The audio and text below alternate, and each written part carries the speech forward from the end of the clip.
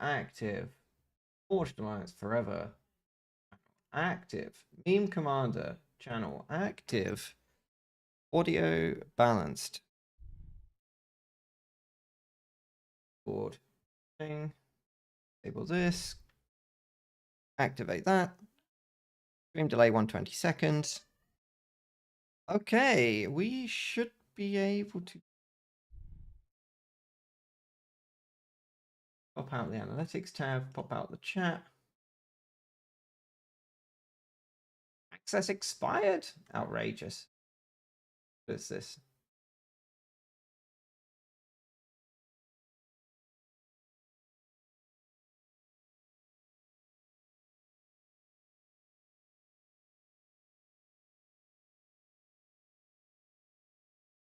$50 seconds.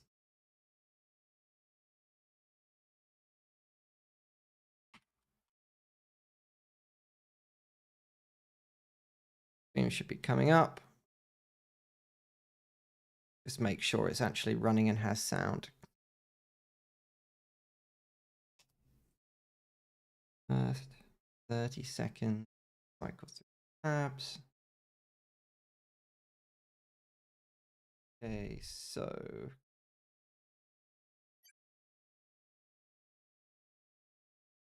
bracket. Can't hard to set that because they're using a web page. Disgraceful behavior. How dare they use a web page?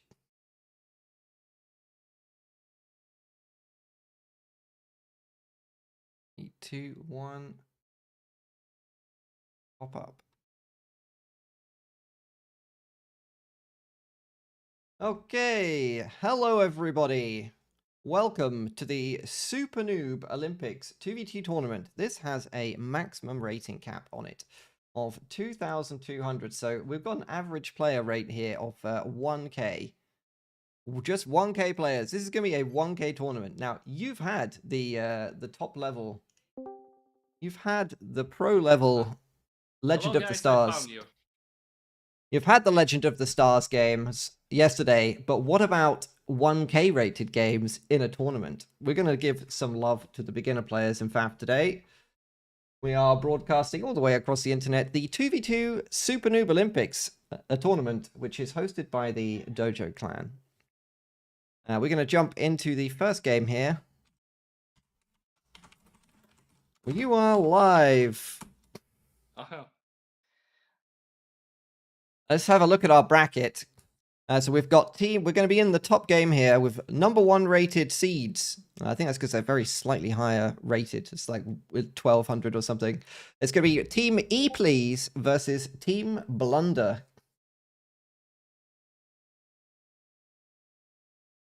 I will simply adjust up the microphone audio. Remember that there is a 120-second delay. So if you're telling me about the audio, it will take me a couple of seconds to actually fix it, because I'll have to wait for your comment. We're gonna have to. It's like talking to Mars. We're gonna have to talk backwards and forwards via a 120-second delay. While you tell me something, I wait 120 seconds, then I edit it. Let's jump into the game here. Remove those nasty bars, and let's go. This is technically game 2, by the way. There was already a game between these two teams, and I think Team E Please did take the win. So this is going to be game 2. We're going to be playing on the map called Deadlock here. So let's introduce our teams. Highest rated player at the top, it's going to be Banana Smoothie. She's in this pink Seraphim com here. Definitely got a clown emoji on there. And with the teammate here, this is not balanced at all. What's going on? 1k rated, it's going to be Stale Devil. He's in a Cybran Grey there, building his land factory. And the second team, the lowest rated team in the tournament, and of course the team players I want to win. That's going to be Harlequin DJ, also in Seraphim. And Fatal Potato, what a great name. And playing in Orange UEF, a man after my own heart, at 700 rated. What an absolute Chad. Let's hope he manages to do well. 2v2 map, is this in the 2v2 map pool? I am not certain. We got some nice, we have some very nice buildings here to reclaim. Apparently the screen has been black for a long time. That might just be the stream delay. Please give it like another 1 minute because on my screen, I'm showing that we are outputting the game. Might just have to be a little bit patient. I will switch over to the chat. I can see you all. There is also a chat bot which restreams the comments from Twitch into the YouTube channels and back, so you can all talk with each other, hopefully.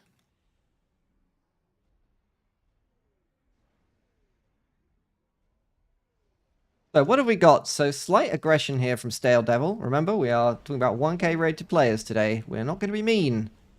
He's moving out with a mantis. What a monster. And we have a we have a great wall here. The Great Wall of Banana Smoothie does not want to be raided. Just we're going to wall that right off over there. We're not allowing that kind of behavior.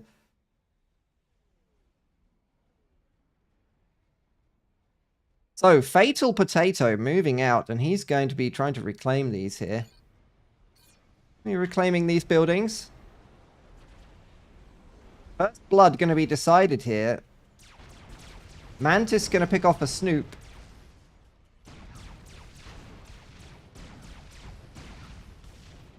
A very pretty looking map. The Mantis skitters away from the Striker there.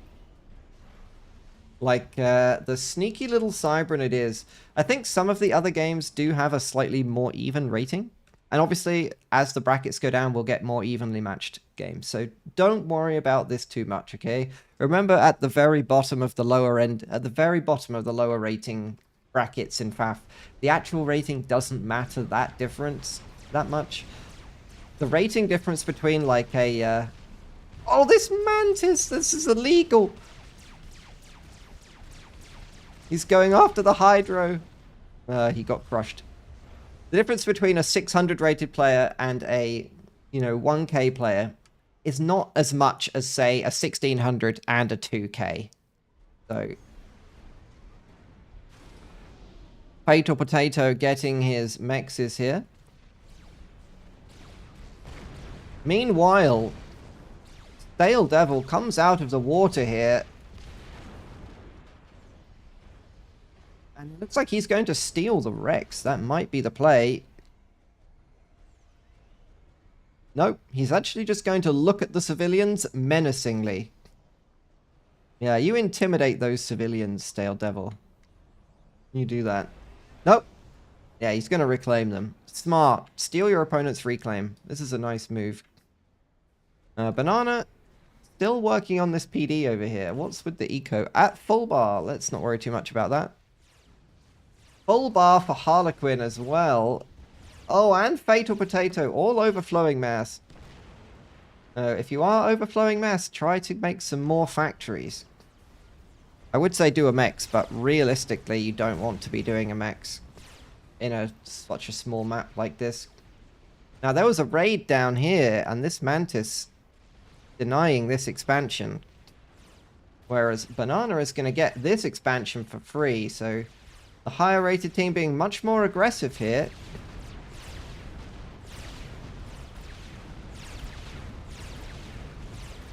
Fatal Potato being an absolute brick here, just standing still. Banana taking 3k damage already. Score-wise, 20% difference. Mass income-wise, absolutely identical. Well, we see air. So Team 2, Harlequin down here. He is making... well, he's got a... look at his queue here. It's a mixture of interceptors and Tech 1 bombers. Stale Devil looking to make use of his slight hit point advantage.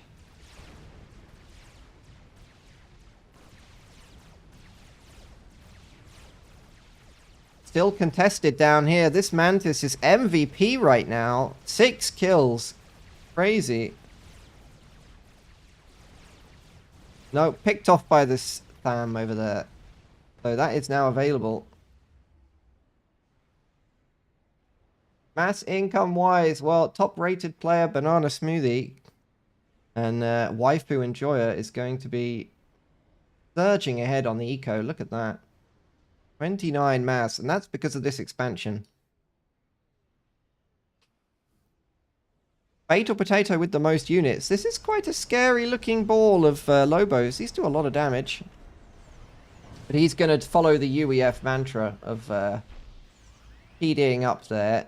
Repairing your ACU is actually... did this get rebalanced, the cost of this? Oh, use the Lobos! Use the Lobos, Potato. I believe on you. He can't see it. He can see it. Ooh. No, Banana cancelled that upgrade there. Looks of things. And the raiding is going to continue. Nice drop here by Harlequin. This is a nice play. Remember, he's only 600 rated. Be nice. More units for Banana Smoothie. More Tech 1 factories. Very spaced out here. Remember, that it would be probably better to put your 4 factories around this mechs like this. That's a terrible drawing, but it does save you some mass. And when you're... oh my goodness, the stall... We're stalling 300% E there. So Banana looks like gun has been completed here. And what's more scary, we've got Tech 2 finished. Tech 2 P-Gen on the way. Lots of reclaiming going on with attack moves. That's nice to see. Even got a reclaiming engineer dropped here on a patrol route. Let's go. This is a very scary looking ball of Tech 1 here. And there is gun as well for Fatal Potato. Are we going to see a Tech 2 mechs? Well, we already see a Tech 2 mechs up here. This is the reason Banana is ahead on the mass. And that Great Wall is going to finish. And look at this! I don't know what's going on here with these drop orders, but this looks like it's going all the way around. Why you would go all the way around here instead of just going here, I don't know. Let's not worry about that. Fatal Potato going to easily take down this PD. That's some mass if he wants it. Let's go. Fatal Potato asserting his dominance in the middle of the map with that chunky gun there. And the cowardly Banana flees into the base. That's what we like to see.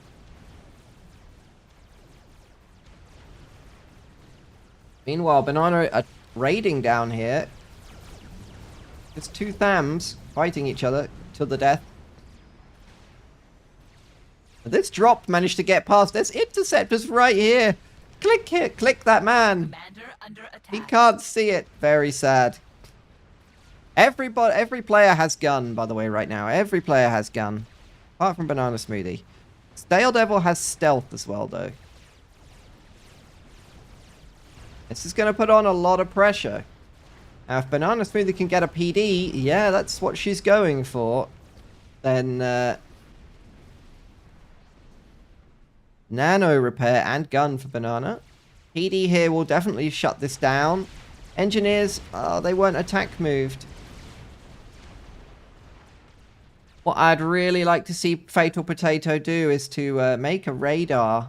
He could really use a radar here. It would make a huge difference. Stale Devil has a radar here. Look at that's giving him all sorts of information. Banana's drop landed here. It's going for a PD. What is this Nuggets play? The Nuggets PD drop employed in the Noob Tournament. I love it. That's actually going to work because there's no artilleries here. It's just Tech 1 tanks. The wall sections are going to provide so much value. The PD's going to vet. There it is. That's going to deny this expansion. That's excellent there. What a nice drop. Very annoying for Harlequin to deal with. Harlequin up to T2. Still producing Tech 1 units from the factory, though. That is not the most ideal thing he could do. He really needs some Ilshis. And look at this Cybran disgustingness. Look at this. Oh my goodness. The Jesters are out. Who has the most air? I think it might actually be Harlequin. Remember, these Jesters are expensive. PD built here. Banana looking to PD creep.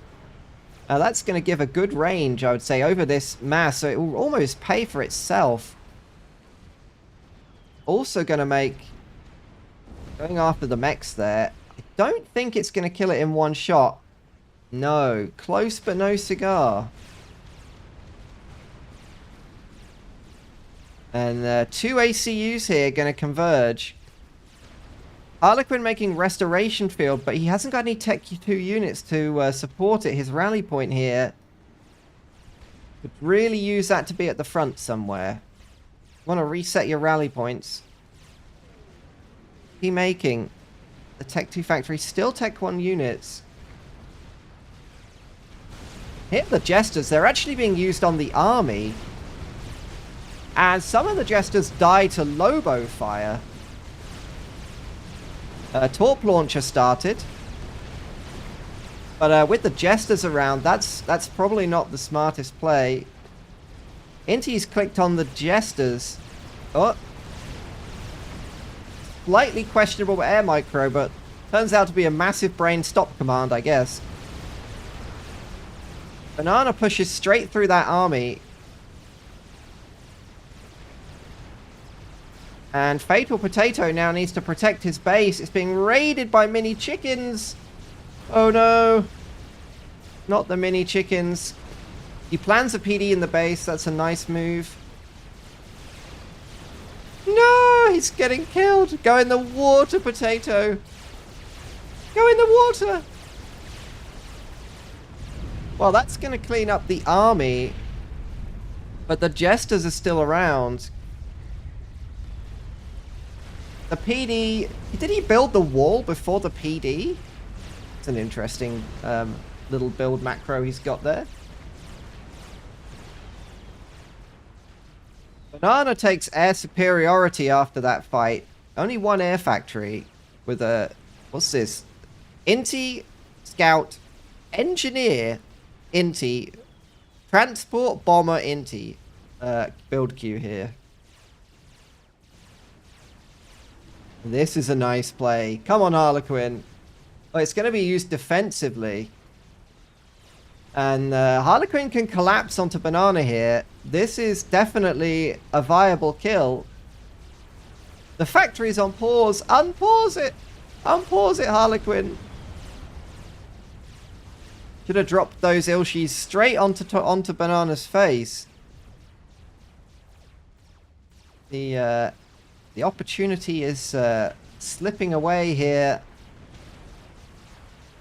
What can Harlequin see? Well, again, that lack of radar here is kind of crippling. Just queue up a radar. It's got the E for it. Got plenty of E. But Banana has nano, so she will not be an easy kill today for this amount of units. A raid attempted here. Stale Devil is still pumping out Tech 1 slop. He does have a Tech 2 mechs of his own.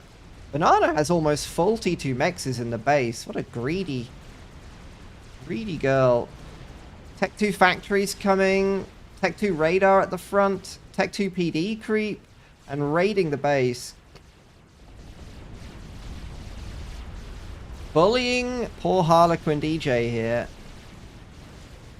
Needs to make a play to get the kill. Really needs the mini chickens, the Ilshavos, with this unit. What's it called? The restoration field buffs all the units. It's like a area of effect blessing buff for all the units near the ACU. Does Harlequin have E-storage? Does. Not overcharging. I think... No, not overcharging. Just right-click it and put it on... just put it on you're on automatic if you don't have the APM. Automatic overcharge is completely fine if you are 600 rated. In come the Jesters though. There's not going to be enough anti-air. Banana has air control as well. This lone anti-air here attempting to fend off a horde of Jesters and Interceptors. It's actually taking a long time to die here. It's very strong.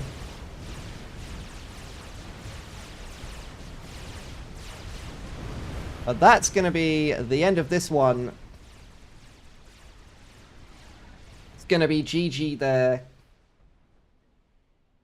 Bless our beginner-rated players. Look at this. This raid did actually work out, by the way. That actually turned out to be a pretty good raid. And this was resecured. So, well tried, Harlequin and Fatal Potato. I believed in you. Hopefully you can watch this back and learn a few things. Well done. Let's go back to leave this game and go back to the lobby. We'll wait for the next game. Go back to FAF. And we will wait for the next one to pop up. In the meantime, let's check out the brackets. So, Team E, please, is going to take the win there over Team Blunder. And we'll have to see what happens here, but they will be playing Suitable Name here or Imperio Español.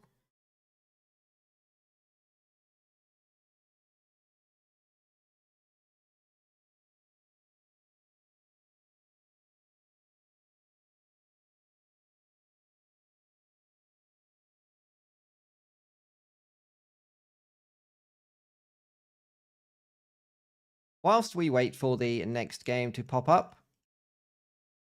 let's check out their first game. Banana smoothie replay search.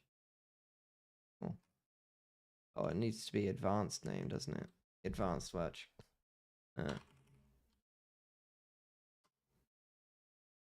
Let's see what happened in the first game between them.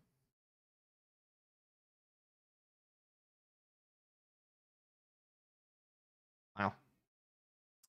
Half replay vault.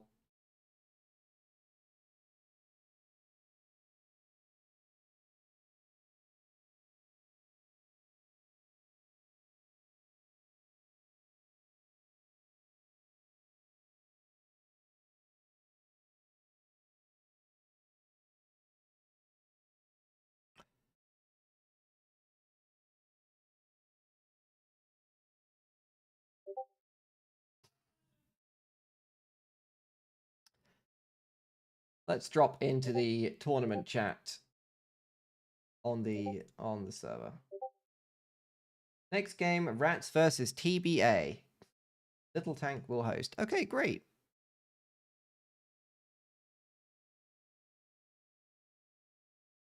Go into here.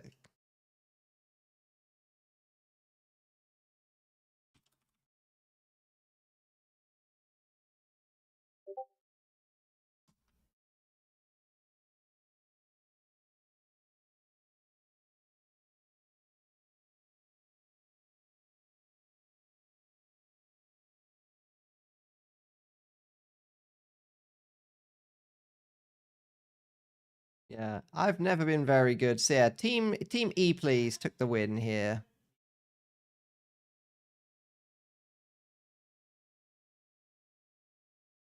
I can never figure out how to make the FAF vault replay vault work.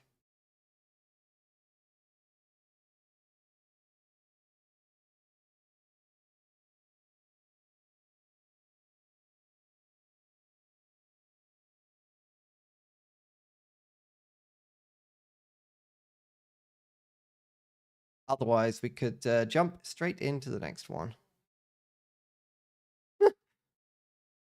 We don't need that.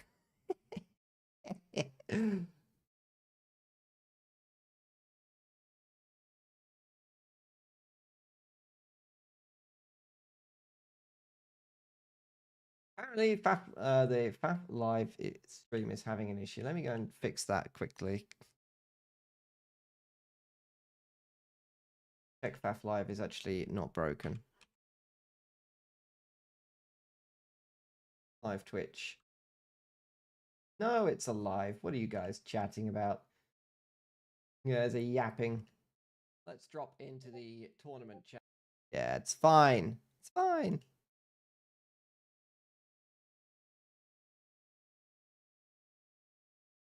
Why not give our lower rated players some exposure? After all, signing up to a tournament can be quite intimidating. I know it was when I tried it and got immediately crushed.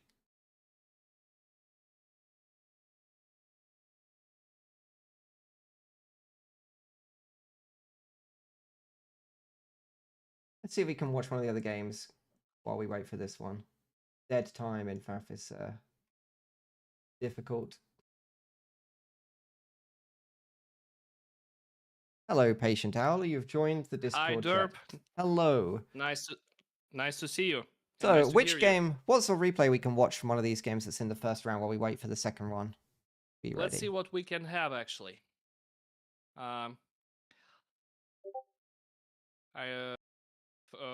First of all, I just commented 2 games of the Commissar's team. Okay.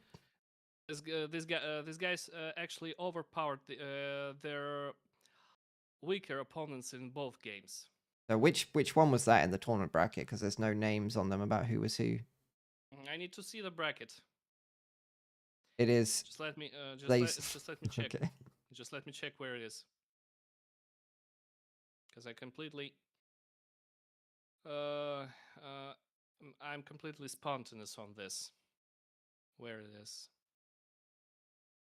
They didn't put it on challenge, so it's actually in the. It's actually in their. The dojo. I think it's called the dojo. Their little website.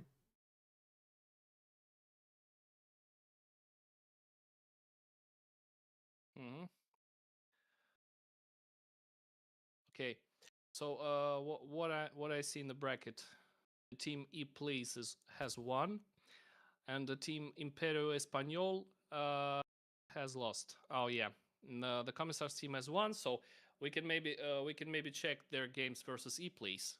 How about that? Yeah, that'll be in the semifinals. But should we want to check out one of the other games? Miss TNT versus DFL? Can I have a quick run through that? That can be nice too. What are the players in there? Can you find the first replay or the players so we can jump into that? We'll watch that before E, please. Let's just see. Where were those guys?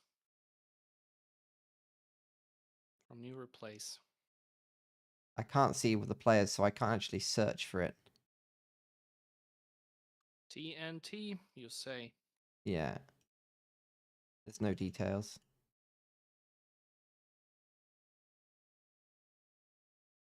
TNT.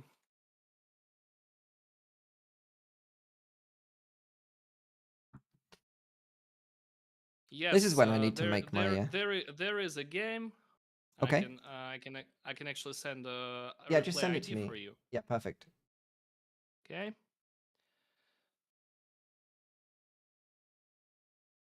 Replay ID is. Here it is. Perfect. Let's jump in that one. Let's jump in. Turn on the streaming mode, please. The streaming mod? Or how we can see. Or you will see from your screen and I from mine. Oh, okay, no problem. Let me go into Discord and whilst this game loads, let's run this quickly. Then I will drop you a where. There it is. I will stream in here my screen. Here we are. I already turned the game and streaming. Well, unfortunately, my game is downloading something. I can turn the stream mode so we can see both from my screen. Through Discord, the quality is super low through Discord. It's painful, honestly. Because how do you actually comment when when you watch the game not alone but with someone else? What do you Do mean? you share the screen or Yeah, you well, do there's two anything ways of else? doing this in FAF. So there's two ways, and neither of them are very good. The first is to like share a secondary screen. So I will. Okay. I already started. So the game has been going for a minute actually, and we have on top the I Arbiter can't see. 777 I can't see triple what you're seven. talking about. I can't see what you're talking about. You have to wait for my game to open. It's downloading files. You pause it. I'll catch up. So slow. It's just downloading the files for the game. Okay, I can set a pause for you, and when you Just get pause it. close I'll to, catch up. yeah, I'll wait for you. We're now on 1 minute 23 second That's mark. okay. You'll be able to see from the other screen that I'm sharing when it's done. Launch, please. Oh, downloading textures again. Versus. The FAF lobby sim got me. Hell yeah, let's go. Yeah, but we need to wait for Derp when he got close, so we get synced in our replay, so we could comment it properly without sharing the screen. That will be another level of commenting on games. A whole nother level of shenanigans. Derp, can you believe this is my first time commenting tournaments like this? Because Congratulations. Welcome to the gang. Thank you. Always use more people in FAF. Okay, launching. Thank the Lord for small mercies. Let me go.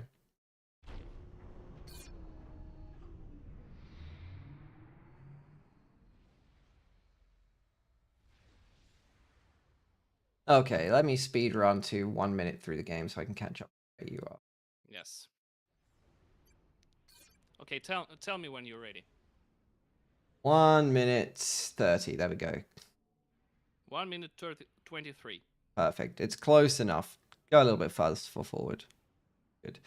So let's have a look at this. Do you know which team is which? I assume this is Team Tar. Don't know which team is which. Wireless Bomb and Tar. Left team and right team. Left versus right. Okay, so Wireless Bomb. Let's have a look. Playing in Seraphim. At the bottom here. And already making a Tham going out. It's gone air, land and then air. And his ally, Tar 1990, so tied for the top rated player in the tournament, technically, along with Banana Smoothie, is going to be Tar. Look at this shield here, actually. The farming shield. With a little truck there. Isn't that pretty? That's what surprised me as well. There's literally a shield there.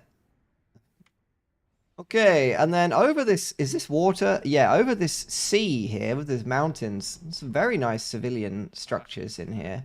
And on my stream, Cindian says, patient, oh, you know English. I didn't know that, lol. But now you do. He speaks the English. Yes. So on the top, we've got the Arbiter in, what's this? UNSC Arbiter. Brown. The DFL clan? So DFL is like a... Isn't that a sofa company in Europe? Questionable. He's going to be moving left, so I guess they're going to meet here. This looks about right. And then we've got maybe two... We should have some kind of Navy play going on for sure. And then Crowbar Strong, so giving up a lot of rating here. Top team definitely higher rated. Air Factory on pause for Crowbar Strong whilst he tries to finish a mechs. What is that doing to his economy? Absolutely nothing. He's totally fine. He doesn't even need to pause the Air Factory. He just did that for effect. He has enough resources to upgrade his mechs, but I can see a scout and a thumb moving towards him. Yeah, he's gonna lose his engineer here. While he has no units to defend. Meanwhile, the left guys already making their navies. One naval yard, but this is something. One naval yard planned here, just completed. So we're going to have beacons and shards. There you go. The low-rated players always know the best units. They are making shards. Max is being raided here on the bottom right, and Crowbar brings his ACU to deal with that. That's a bold move. Engineer going to be dropped here on its own. Interesting, especially since there's a Tech 1 bomber. Yeah, sorry. And bomber is moving on the south side to attack. The engineer is leaving. The engineer wanted no part of that bomber whatsoever, so it's going to fly directly past all of the inties. No. Okay, they have been locked. It is locked. What is this attack move here? It's an interesting... Oh. Is he just scouting with this engineer, or did he intend to drop more of them and got confused? Because... No. Run away! He's just gonna run away! He's just looking a perfect place for it. But he's gonna drop right on Seraphim Engineers or somewhere else.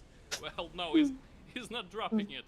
You know what this reminds me of? This is like when people in StarCraft, they would scout with a drone or an SCV. That's what Crowbar's doing. He's scouting with an SCV here. He's going for a PD! Oh, what a monster. Is this stop micro? Yes, it is. That's going to deal with this. Okay, the engineer's wild adventure is over for today. Shame there. Meanwhile, Crowbar is defending his base with just one bomber. Nothing else. Yeah, it's just sitting here menacingly.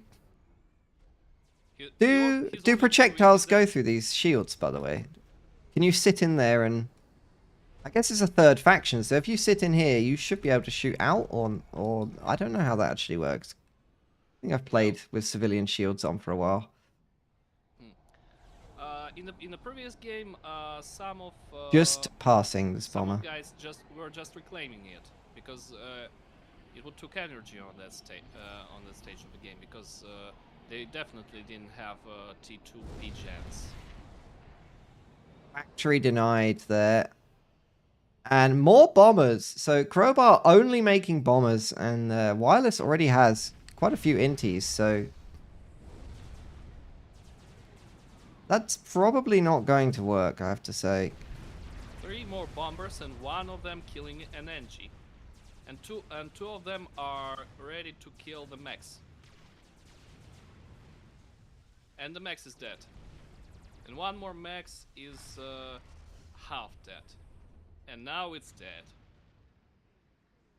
So interestingly, Tar up here, he kind of rushed Navy, but he didn't move his frigates out until the Shard was nearly ready.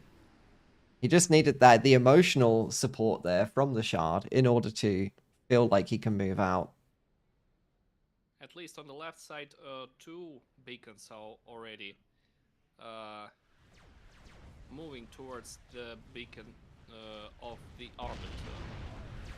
He's not going to be able to assist with the defense here, because there's quite a lot of cliffs. If you look at the terrain, I don't think the beacons are going to be able to do much about this invasion of Auroras. Oh, that's for sure. At least not until they get down here, so he's going to lose the corner for that. And actually, Tar is in danger. He's in danger here of just straight up being killed. Yes, and he does not have enough units. Demolished pretty soon by Auroras. You might be very slightly behind, about 8 minutes 20. What about the economy? They're pretty equal with the mass income. So it looks like the Arbiter is going to just continue to move in. He's going to ignore the ACU. No? Coming back. He could have brought his own ACU and killed Tar here. This was a very easy kill.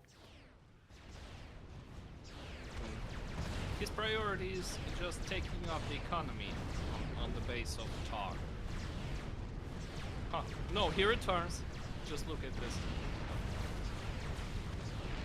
he decided he could just take out the ACU with so little Auroras. That was a mistake.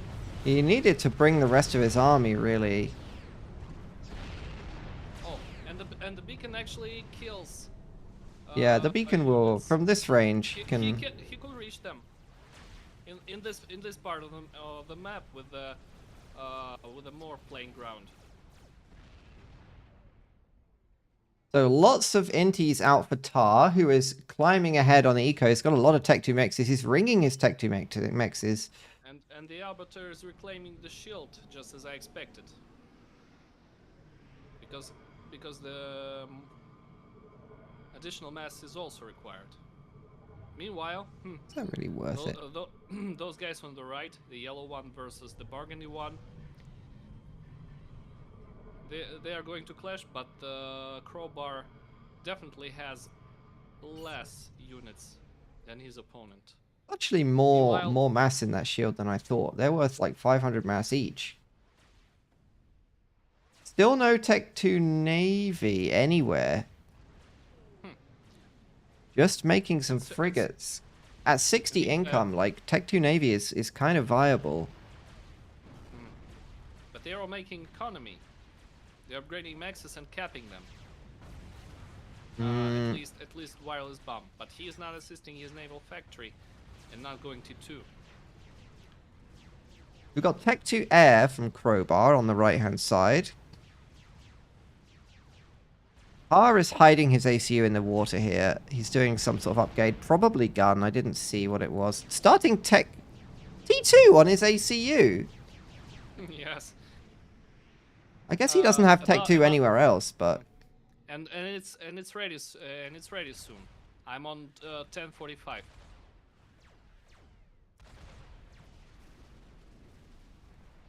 Because we maybe didn't play our replays simultaneously. Yeah, that always happens in FAF. Yeah. There's a bunch of reasons that the game goes slightly out of sync. We need to find how to do it in a better quality. Essentially you can't, because whenever you swap view to a player, you slightly change it. Oh, by the way, Crowbar is attacked by Thongs. Yeah, he's kind of stuck here. As long as he avoids the Zooey shots, he should be fine. Again, Wireless Bomb not using all of his army. If he had this together, this would basically be a free kill. More T1 Seraphim units are coming. But Wireless decides not to commit his ACU to this, which is a little bit unusual. Oh. Crowbar is actually walking into the danger. Wireless Bomb needs to move his commander to completely kill Crowbar. Why are you fleeing, Wireless Bomb? Right-click this man! Click the man! Click him.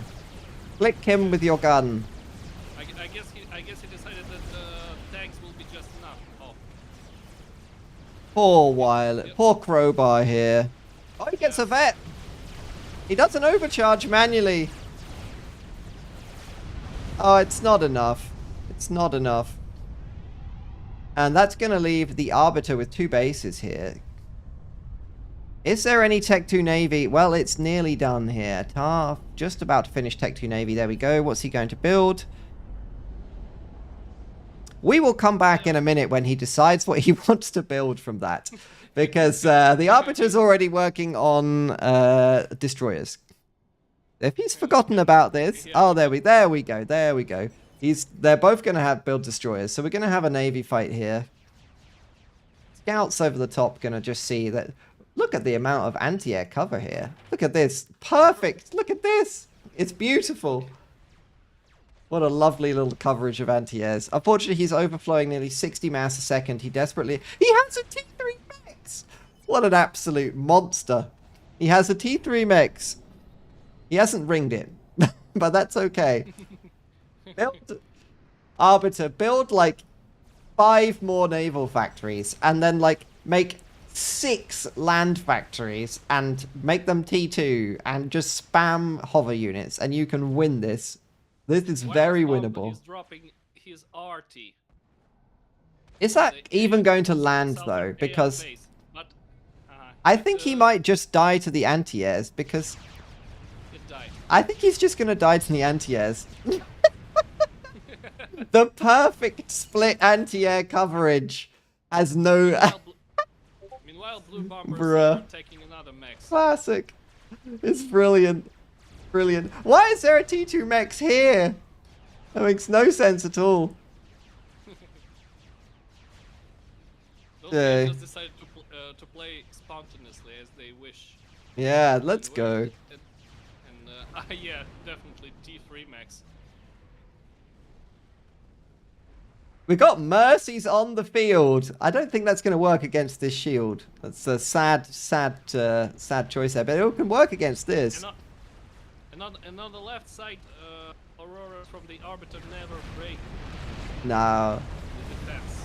I am slightly surprised none of these players have decided to go Tech 2 land, because Arbiter could basically up all of these factories to Tech 2 right now, start pumping blazes, and just walk into the base and win the game. Especially with this mass income. He has more mass income than the other team. He just needs a Tech 2 P-Gen. He really needs a Tech 2 P-Gen, but he hasn't got any Tech 2 engineers by the looks of things.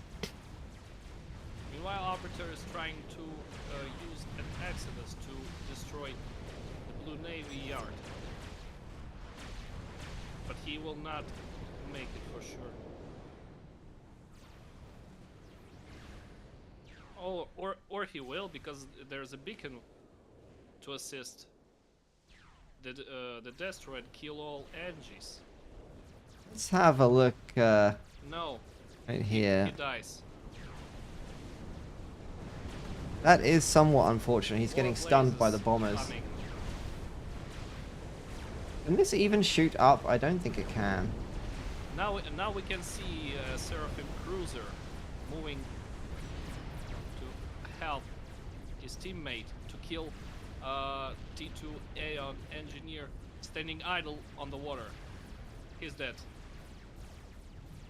Again, still going with Aurora's Arbiter. Really need to go up to Tech 2 land. Tech 2 land is very strong. I guess we can forget about Aurora since we have Oblivions on that bunker. He did manage to make one Tech 2 engineer, but he rallied it to the middle of the ocean and it died. How many cans you guys want to open? Better question. What are they?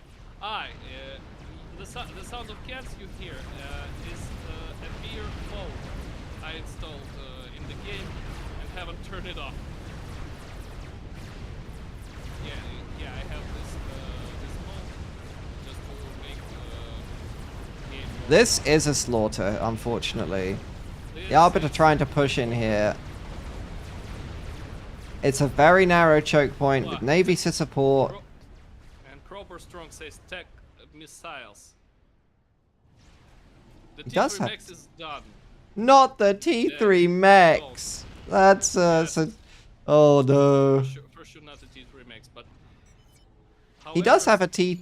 He does actually have enough E. He does need to. No, it's gonna cripple his another eco. Seraphim attack on his base with 2 E's. How can I increase Hal's volume? Hold on, chat. And it's just destroyed User volume. everything. Let's put you to 200%. There we go. Engines just don't have time to finish their PD line over here. That's Use the what- mercy! No! It bounced off the GG. shield. The comments say. Yeah, so Still he's lost standing. losing this bottom base. I think technically the game is still winnable with Navy. But he needs... he's down on mass income now compared to the other teams, so 2-1, so... It's this which is killing him, just pumping out Tech 1 units at 17 minutes. The amount of money he spent on these Tech 1 units, he could have been up to like... He could have a big T2 army with shields, or he could have a few Harbingers at this point. If he just dropped a couple of Harbingers here or something, the game would be over. Like, he could just crush everything. Mhm. But But there's staying a on T1 lot- a bit too long. He seems to upgrade all his T2 Maxes at the same time. Is that what happened? Yes, and he is mass stalling. Uh, 54%. he's close. I don't think he's stalling right now. Are we talking about the same player? The arbiter. You He's... can just see the Oh strikes no! Oh Lord have mercy. above his maxes. True. Minus No 100 T3 mass. He's max gonna match. stall himself to death. He's saying, no, he lost all his navy. So Tar is able just to counterattack with no Get this one. no Get this hesitations guy. because Get him. No! What was that? Aeon, please. No. No. Seraphim destroyers are already helping, so they just can no. push forward and kill all Arbiter's navy.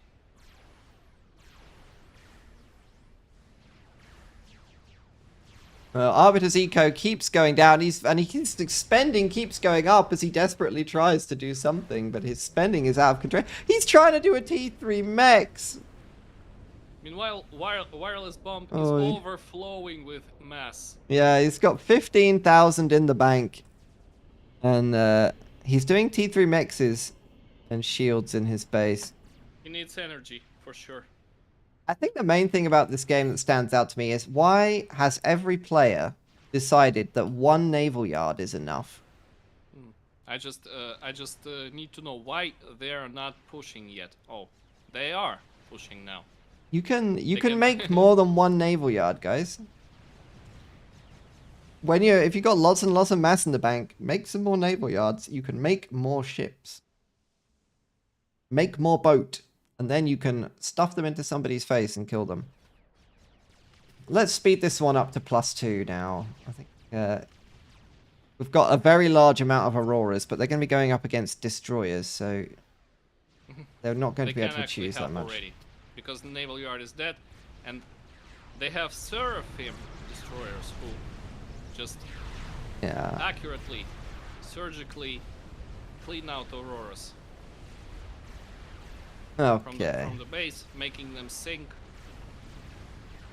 and decay. So in this game, both players had a good opportunities to kill their opponents that kind of went begging, and then perhaps some economic issues, and then staying on one naval yard really was not great. But other than that, we did see some good stuff, saw some drops, all good. Let's see if the semi-final is ready to launch. Looks like they should be. They definitely overcame those guys in economy. Okay. They really did. Where is the semi-final game? Now we can see. I'm switching my screens and moving to okay.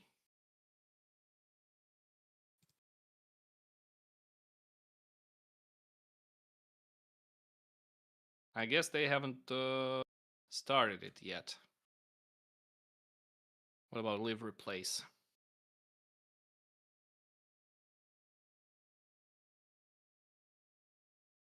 Banner match DFL versus Team Blunder has started 7 minutes ago. Is this which one? Team Blunder versus DFL. DFL. Okay, what's a player in there so we can find it? Whilst these guys post. Team Blunder. Let me. Plays.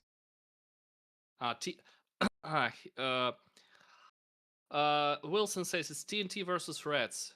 Teams will be ready to play the next round once you finish the replay you're currently casting. We're good. As mentioned, Lil Tank will host, Wilson says. Okay, we're good. We're game.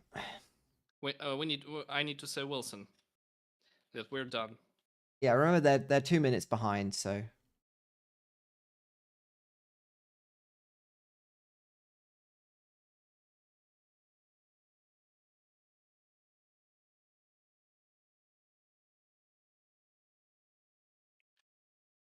I'm switching to your screen.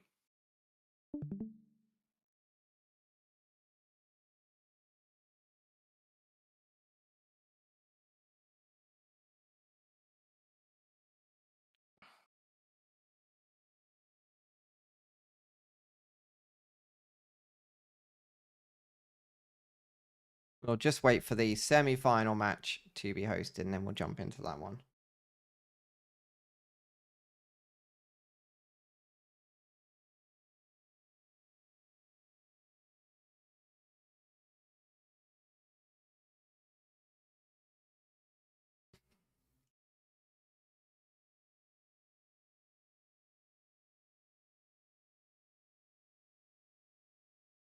As we get through the tournament, we should see that the games become a little bit more balanced. We get a bit of a closer game.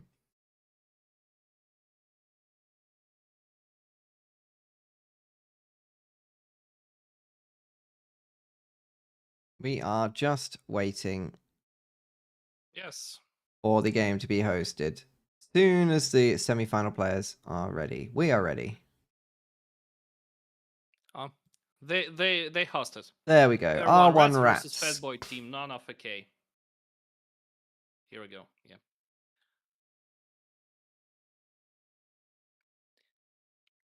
And then this is the map diversity, which I recalling Group a song formed. Group formed. with Grimplex's Group formed. diversity build order in Fab Dojo. Oh, let me go into observers. Same. Here we are. Okay. I assume these two players are actually on the same team. Oh yeah, that's gonna be really more Select their comfortable. slots.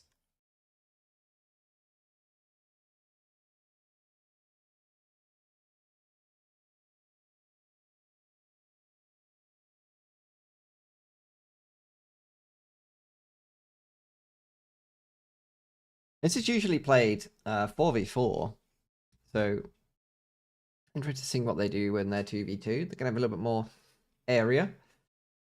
Probably going to see the same thing happen though, because invading via that little beach area is still super effective. You can get behind the opponent's bases in the middle.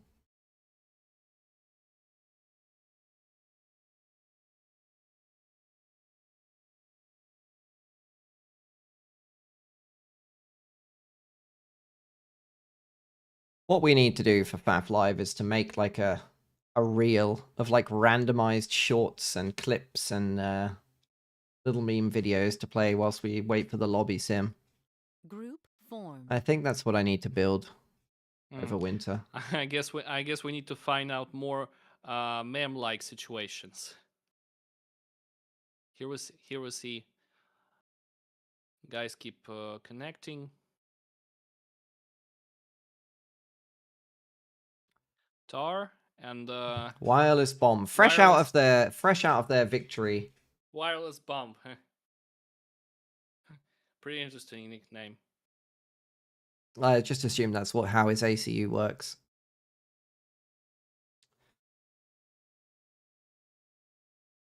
Okay, it says connections established, but he hasn't joined on my screen.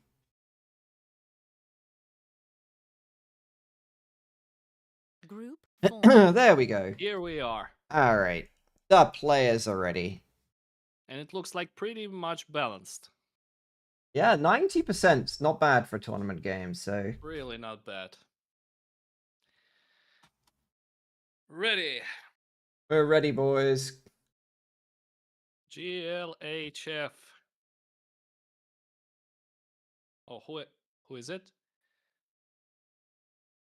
Dicky Rocket.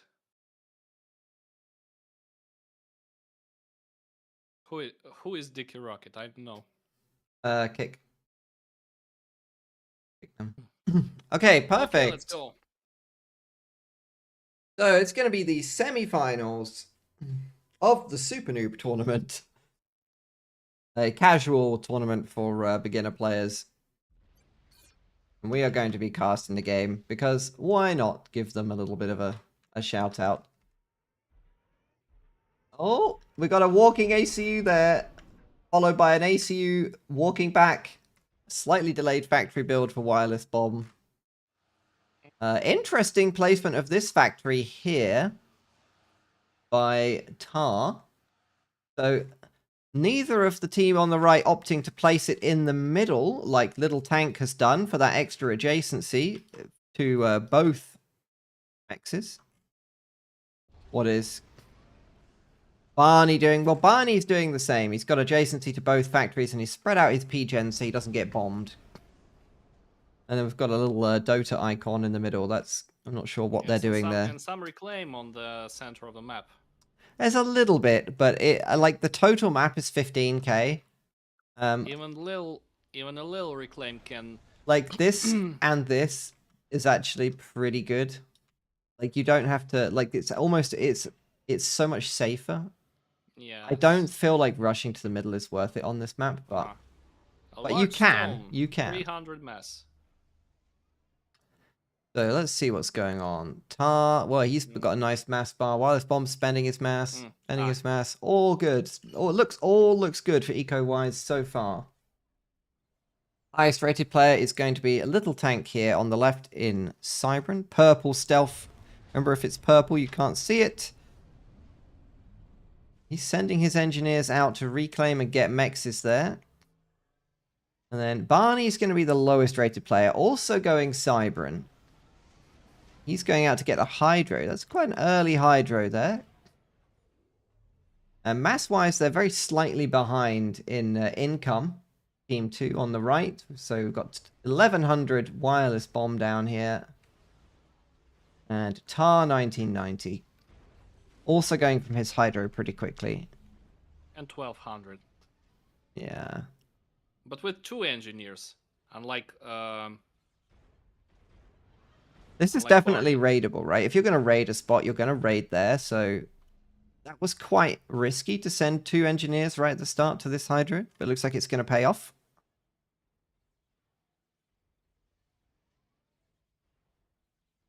Only 1 ACU moving out. That's going to be Tar.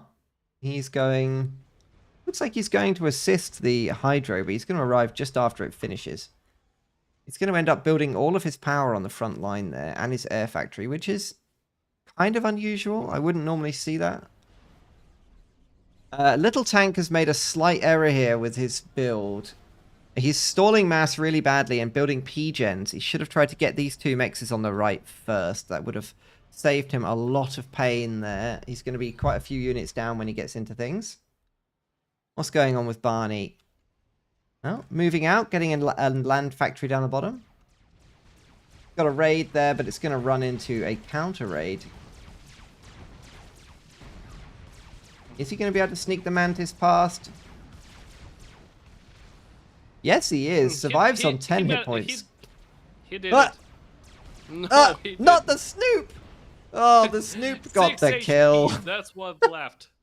He got snooped. No. Okay, so more ACUs moving towards the middle now. Eco-wise, things are very even over the teams. It's just spread out a bit. Little Tank has also moved. I am surprised that the players are building factories here instead of getting this reclaim. Especially when he's stalling so much mass. Like, Tar is stalling mass like crazy. He really could be getting that reclaim instead. Again with his engineers, he's so hungry for E, but he's already overflowing E, and he's building nothing but P-Gens. And he's got mass to reclaim and mexes to collect.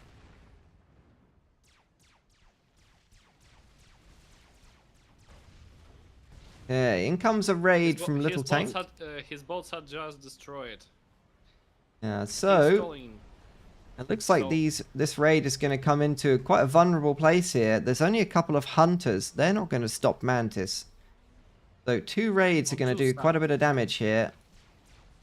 He needs to be building tanks, but he only has that 1 land factory, and he needs that to make... He's queued up 40 engineers. So he's not using the repeat order build.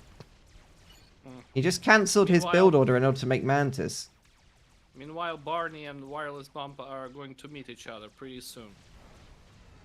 And another energy of Tar is destroyed. They're just standing there, well, looking at each other menacingly for now. like in that movie, The Good, the Bad, and the Ugly. Yeah, they're just chilling for now. Okay, they finally started. Unit priority for Barney. And wireless bomb going for the ACU.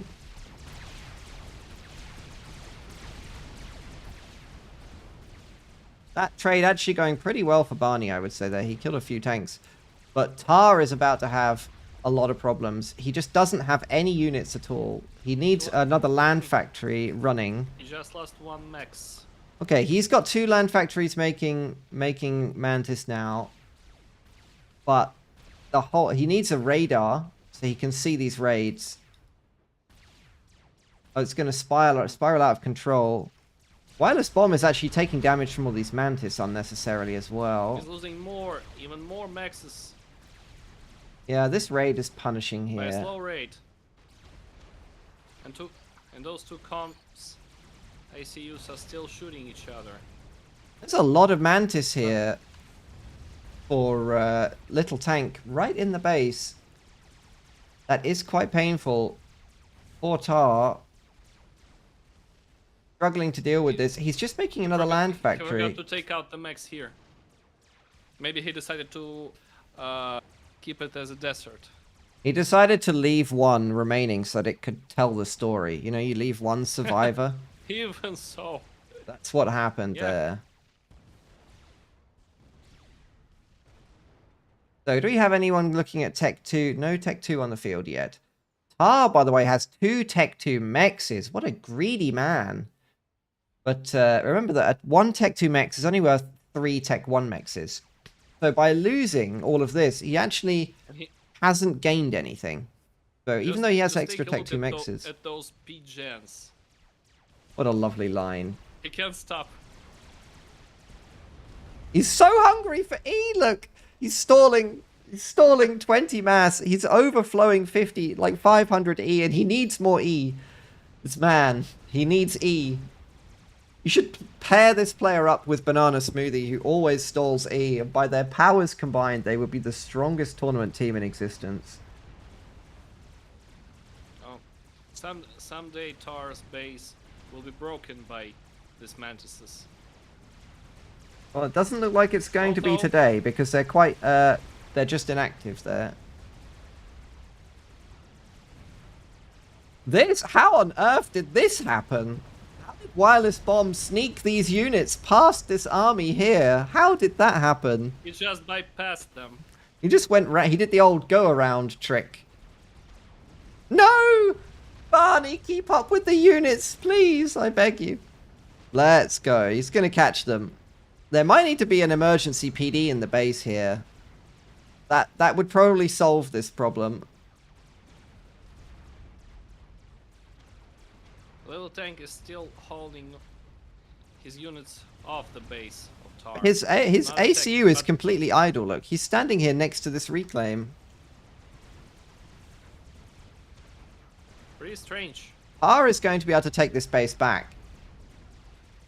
So, Little Tank did punish him for going no units to T2 mechs pretty early, but not doing as much damage as he could. And engines just can't make the PD in time. They're just dead.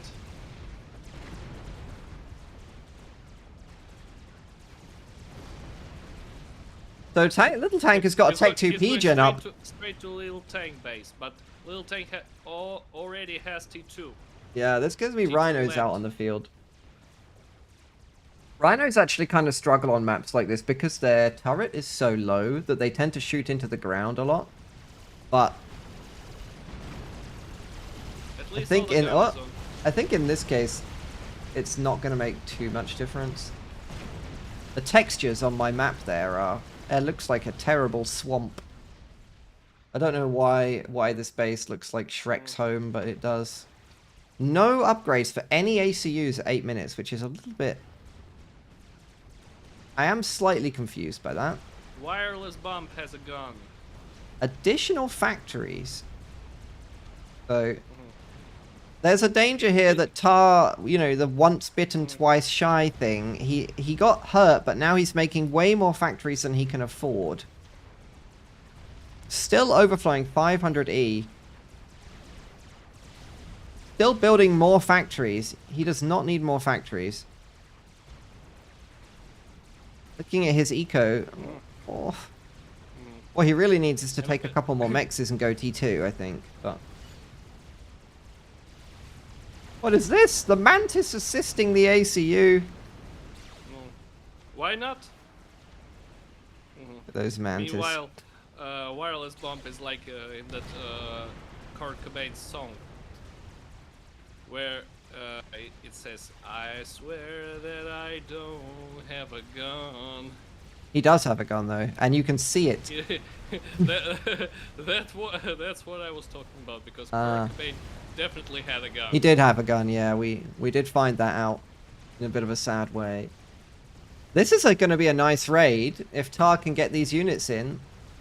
If he can avoid the Tech 2 and sneak those units in, but he's going right... This engineer party. Why not? Yo! More trees! We must take all the trees there. You can space these out, but I think he's a little bit busy. Wireless bomb is heading towards Barney. These need to go this way. They're going to walk back into the units, I think. Taking his HP shot by shot, but Mantises are taking him, so he's got to retreat.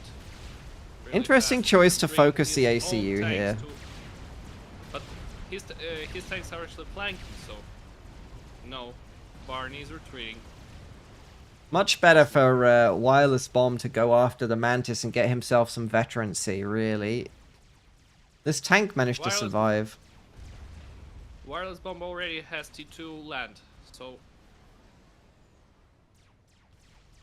Let's see what he starts making. Pillars. Okay, pillars, shields, and we've got a flapjack. So the first player actually in this tournament, right now, the whole first tournament that Hookahs made a mixture of Tech 2 units and not just one unit on its own. That is going to be my man Wireless Bomb right here. Little tank is shooting the ground. Let's while, go. Artillery is hurting him. Without getting any damage. No! He's bringing his own tanks, T2 tanks, with him. He still cannot kill a single T1 unit. He can actually die here. If these units collapse on him before the Tech 2 tanks support, he can die. Tar is not interested in using his ACU. He's actually got Tech 2 engineering on his ACU. That's an unusual choice for this map. And nothing is still reclaimed from here. Why? Well, let's have a look at his mass. He's stalling 200%, so he could really use that reclaim. But all of his engineers are reclaiming trees at the back. And now he's got problems with this raid. Nano repair is done. Wireless bomb has made a nano repair. Well, he's looking pretty good here, I have to say. He's got Tech 2 units. He's got a shield. He's got nano and gun. This is looking pretty good for Wireless Bomb, I gotta say. Barney's gonna need to be careful. Now he just needs for Barney to approach closer. He's building Tech 1 PD, but really a Tech 2 PD is what he's gonna need.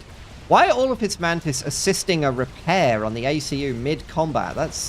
I don't think I've ever seen that before. I think I've ever seen that done before. The fight is going on. But Wireless Bomb he's gonna die if he stands in all that fire forever. Or is he? I think the damage on the units versus the nano, he gets another vet. No. Poor Barney. Oh dear. Poor Barney. Meanwhile, Tar already made a Cerberus. But the Cerberus is still shooting the ground. Or was shooting for a while. Barney focused the ACU there. He probably should have tried to focus the units. But there's an excessive amount of mantises. Yeah, I did say this map does mess with turrets a little bit. You need to be very careful about where you place them on this map. You need to make sure you're putting them on the tops of the hills, not in the valleys. It seems like you need to have an experience of a landscape designer.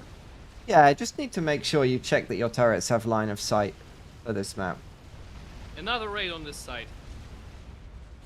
Look at all the engineers. Barney, What make I a mean- PD. Make a PD, Barney.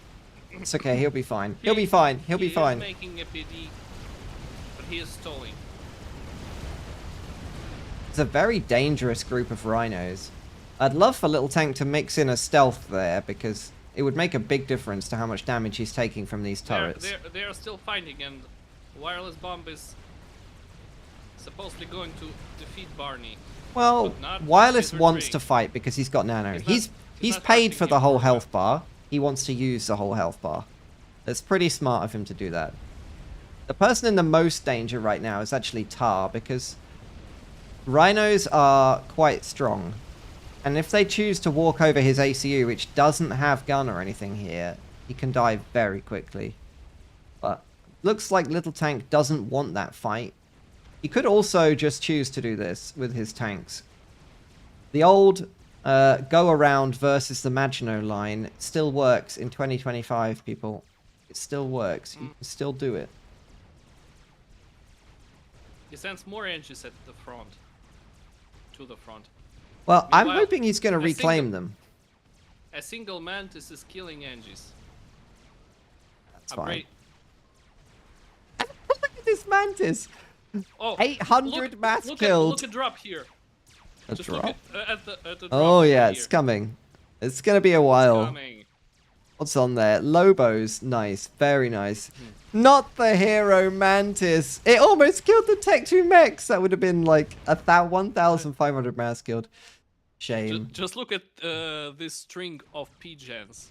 2 strings of P-gens. Still actually. stalling mass, unfortunately. But he has got plenty of E. How He's much got mass E does for he need? days. There's actually no units in here, so...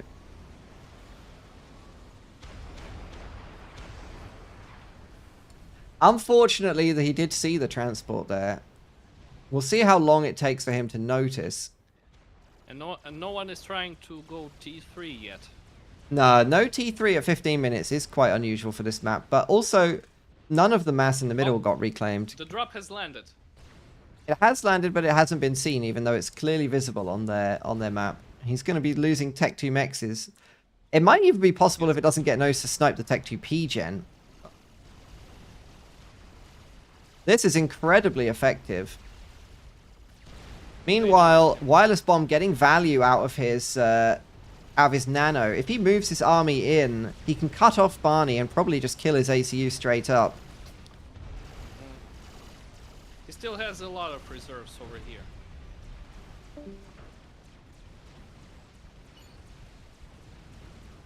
So the game is Four going to Mantis- even out here. The mass is And not four even Mantises- at all. And 4 mantises here. 4 tanks here I are don't get anything. just with So two, Team 2 the fight. is...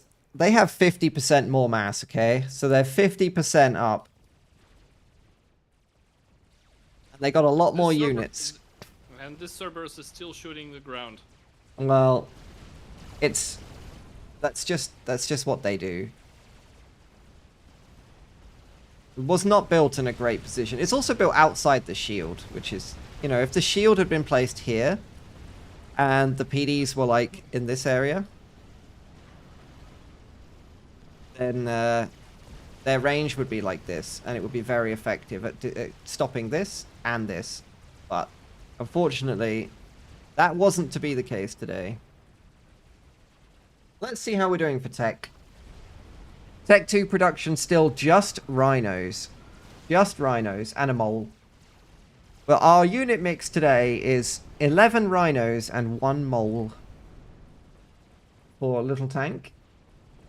Down here we've got just rhinos.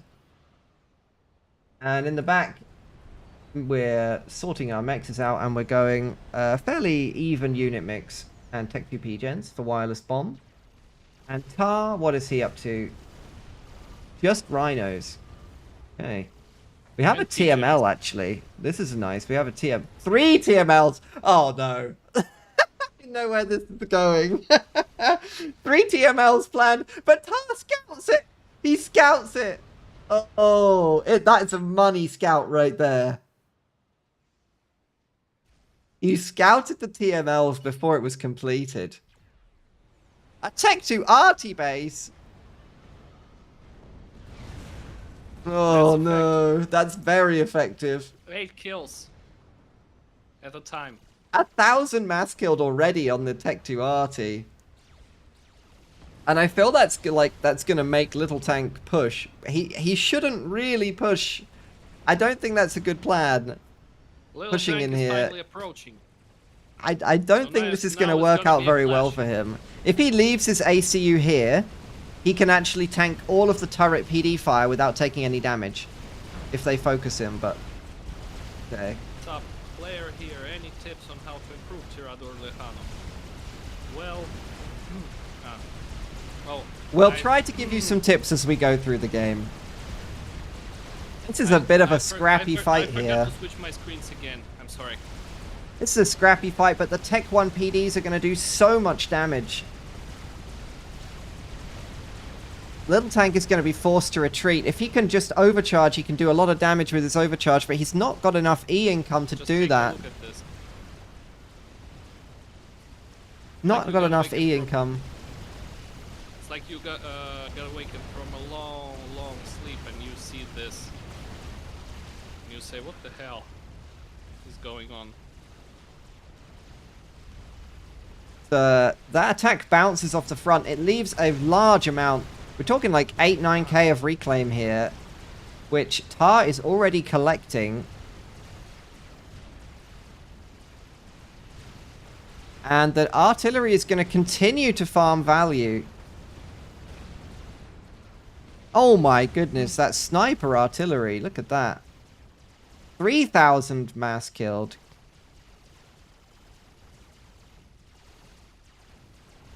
But down here, the TMLs, well, they're almost loaded. A TML snipe is absolutely possible here. It's a shame they made them on the UEF faction because the Cybran ones are so much more dangerous. But obviously this is a prime target, the factory HQ, but the ACU can die very quickly. 3 ACU. Oh, here goes the TML. Oh, No! Little Tank! Will, Little Tank! Dodge! That was so close! almost. Oh my goodness. He saw that one coming. He still took one in the face. I thought he was going to dodge into it there for a second. They are reloaded. He can have another shot. Little Tank will finally reach T3 land. Let's go. Okay, so with T3 land, a lot of his problems in a minute will be gone. He can basically use the T3 mobile RTs to deal with the space if he wants. The best thing to do, honestly, would be to make bricks and just go through the water. There's nothing that Tar can do about that. And he could push bricks through here as well. Well, here comes another TML snipe. I think that's going for a HQ. There's one zapper, but it's not going to be enough to stop 3 TMLs. He went for the... Oh, no, he went for the P-Gen. Why would you do this to yourself? Go for the HQ. No, it's another snipe on Little Tank. Dodge, Little Tank. No. He made it on the second attempt. No. What a monster. What a monster. Highest rated player Really eliminated. unexpected.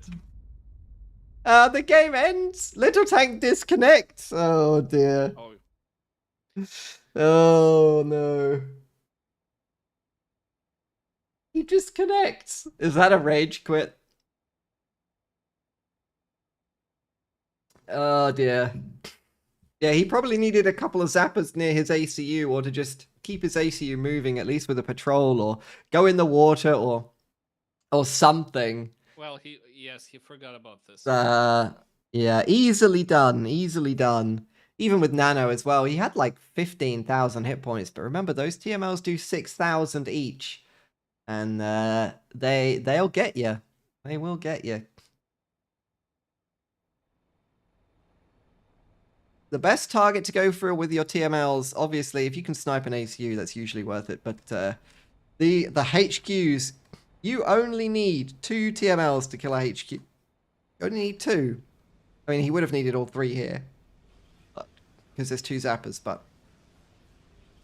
Yeah. 2 TMLs on this, and he would have lost the T3 HQ. That would have been exceptionally painful. Barney is going to keep his T3 HQ. So, he's not out of the game. He's not out of the game. He's behind on eco, because Tar here has been going for T3 mexes, like an absolutely greedy man. I don't know why it's offering me the chance to eject from game.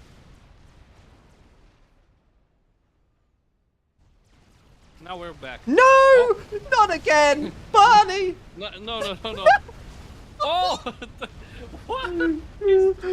Wireless Bomb is a menace. He's a menace to society.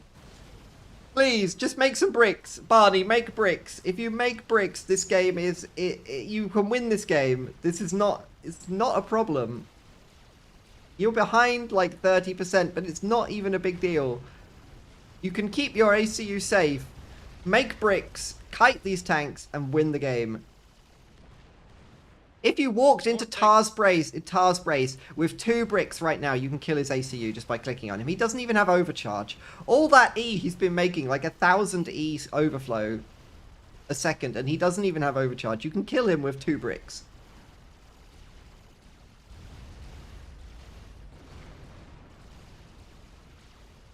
No, not the rhinos.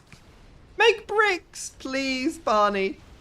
It's so good because he's Barney the purple dinosaur now that he's got the purple color for everything.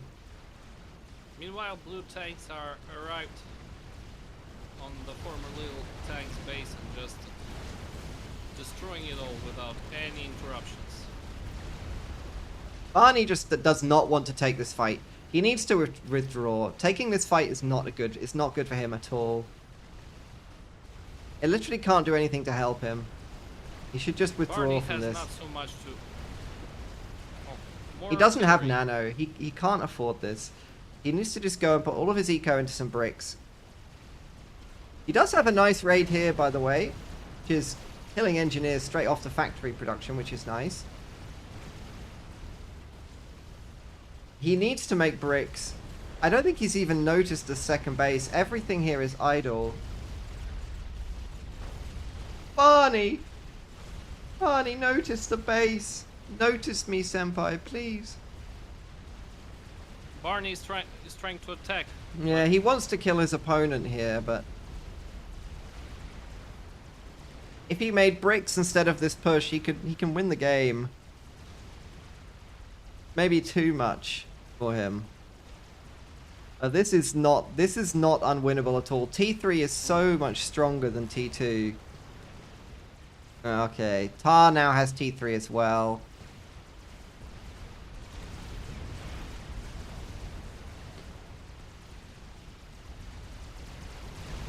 TML's still going. It looks like they're going for the HQ, which they should be going for. They should be going for Barney's HQ down here. No. If they delete Barney's HQ. It's from X's. If they deleted Barney's HQ, it might prompt him to use this one. Loyalists! Okay, we have some loyalists in production, but it's a bit late. It's a bit late, Barney. No. Wireless bomb is going to finish off the bar. Yeah, he's gonna get caught here.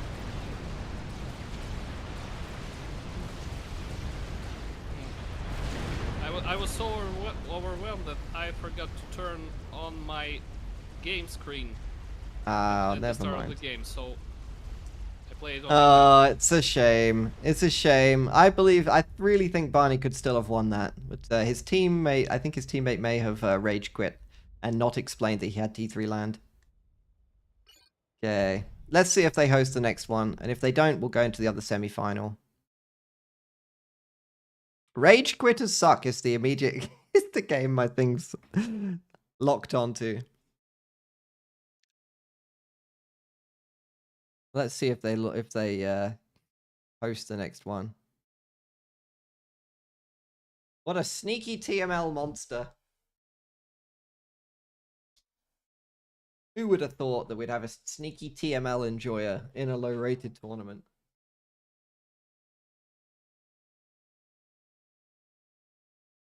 It is best of 3, so there's still at least one game to play in this TNT versus Rats.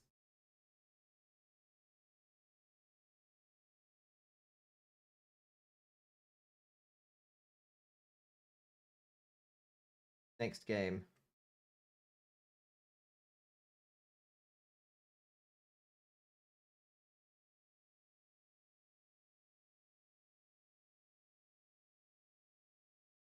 I can see them in Discord, so they're still here. They haven't quit. They haven't quit life, which is always a positive. I'll just flash you the bracket quickly. So here we are in the semi-finals. This is the game we were watching there, but they haven't got the names of the players. See if we can find. I don't think the actual players are even listed in here either.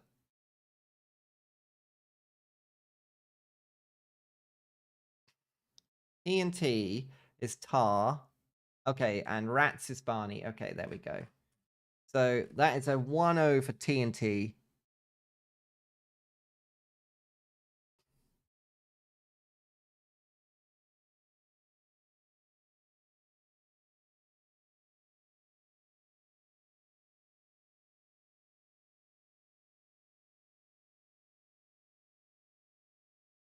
Look at this. I want to join this game. Hello, loser. I join. Where game? Let me poke our tournament director. Which game? Well, we want to have the second game of TNT versus Rats. They say, well, another great win for the UEF.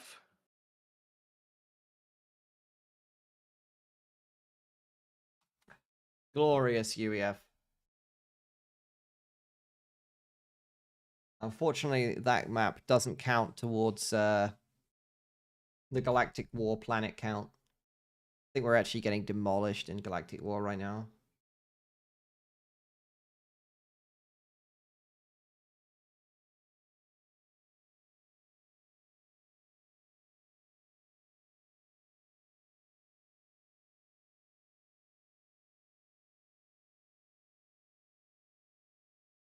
Don't see it. Now, last time I did have some music on the whole time, but I actually got copyright striked.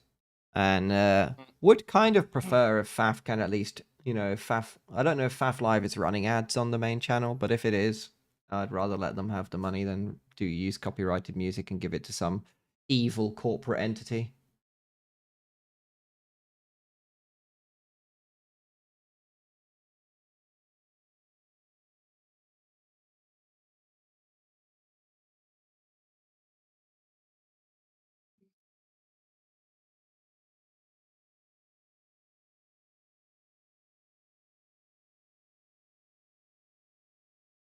This is where I need my reel, my FAF memes reel.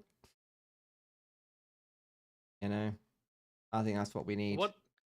What do you think about a Russian channel called FAF Memes? Is that in the Discord one? No, YouTube channel. Is it in there? Let's have a look. Yes. It's FAF Meme. YouTube FAF memes. Yes. FAF Meme. Top results are all. But Top results are on my channel. Let's have a look. FAF meme, this one. Yeah, but yeah, FAF Supreme Commander meme, and they. And it's Katsu. Yeah, Katsu makes some Katsu. Yes, good in the videos. I'm talking about him. Some sweaty clicking going on. I can see it.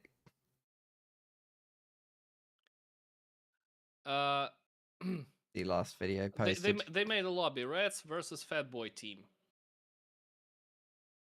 Rats versus Fatboy. Let's go. Okay, hold on. Let's jump. And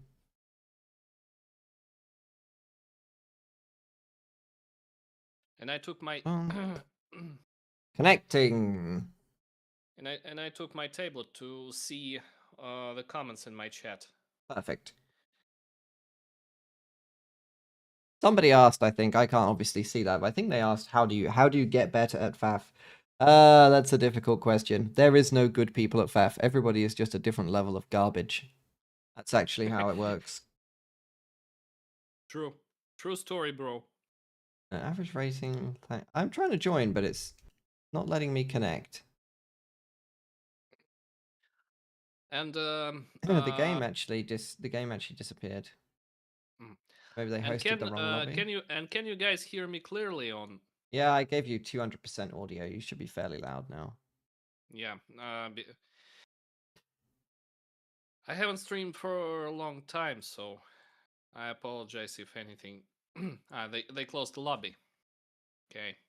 Is that because they don't want to stream it? That's acceptable. We can just watch the other one. Yeah. Oh.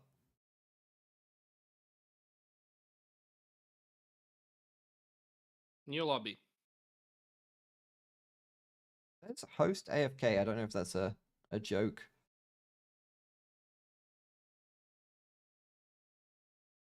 Or not.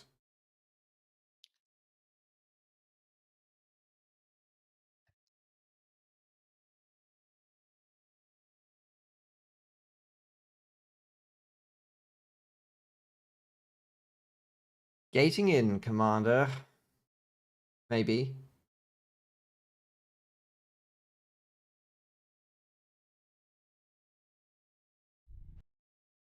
I'll try refaffing. Maybe I will refaf. Hold on.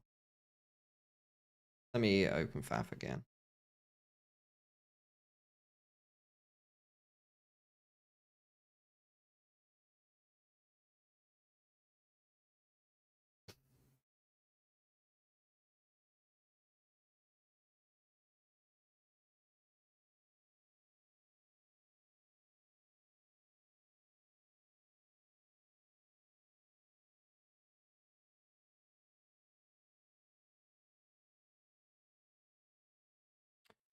FAF client. Depression simulator. Yeah, it's me, yeah.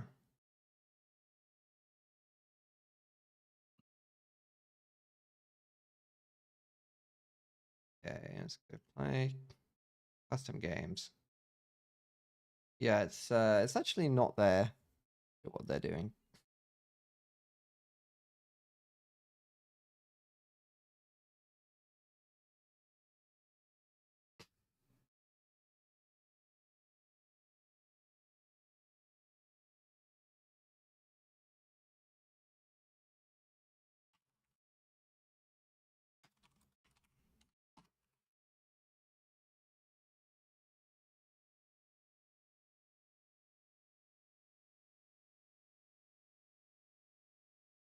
Maybe we'll start the if we go to the other one, the maybe watch E please versus suitable name.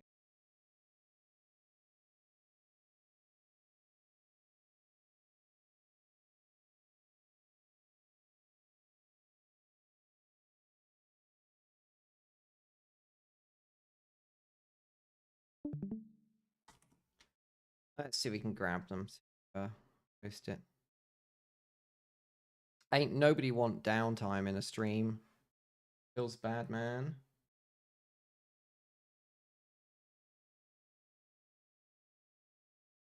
It is on Whitefire. Okay, they're having connection They had issues. con issues. Tank rebooted. Okay. Give me 1 second. I will be back in a moment. Yeah.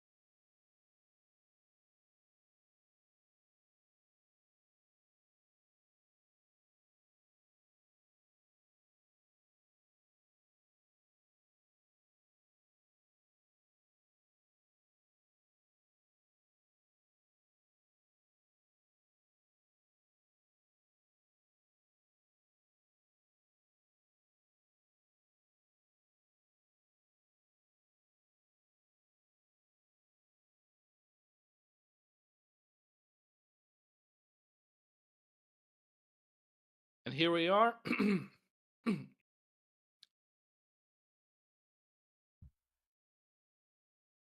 Okay. I'm already in the lobby. So jump in. Perfect. Let's get the second of the best of 3 from this semi-final. Let's There we see. go. how it Perfect. will So this is White go. Fire. This is a classic map. It's been around in FAF for a very long time, and it's a very aggressive early map for a couple of reasons, which I'll walk you through. The main feature of this map is the large amount of reclaim, which both teams actually have to play with. Right here, see there are 2 Tech 3 naval yards for each team. Okay, this is basically the deciding thing for the early game. There are a number of ways you can use this. Screen is completely black for you. And this is where Tar actually needs to make a lot of PGens. Yeah, actually, this is one place that his affinity for making 1 million PGens will actually come in handy, because he will actually then be able to spend the mass. 35k reclaim on the map in total. Just move that down there for you all. Now, there's a couple of things you can do here. You can transport engineers to try to steal your opponent's reclaim. You can go early bomber and bomb your opponent's reclaim and the engineers collecting it. Obviously, if you open like 6 or 7 PGens just to be able to get this and live off it, and somebody bombs it, you are going to be crippled for life. That is getting your spine cut in 2 in FAF terms. It's absolutely brutal.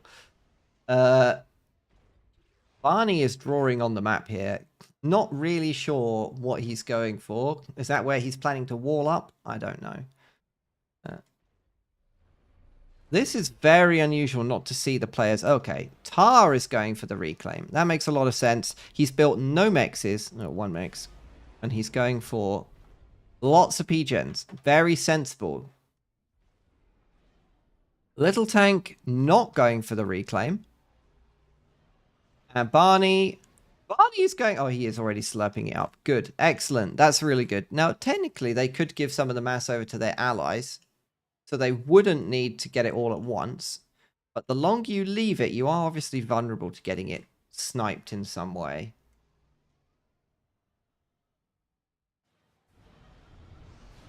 Just going for PGens. Yes. Although I can see now that Barney is making too many PGens, as well as Little Tank. Never mind. Well, he's getting a lot of reclaim. He even stopped reclaiming his naval yard. He stopped reclaiming it because he actually had a full bar, so he didn't need it. So this is actually, he doesn't want to waste it. That's actually not, it's not dumb. It's really not dumb. You can see Tar down here. He has had his engineer on pause until he needs a little bit more of it. He's actually going to overflow some of it here. He needs to pause that again. Pretty reasonable. Yeah, it's being overflowed onto his ally. So this is not bad at all. Not bad at all. Obviously, an early naval yard. Little Tank going early naval yards here can deny this.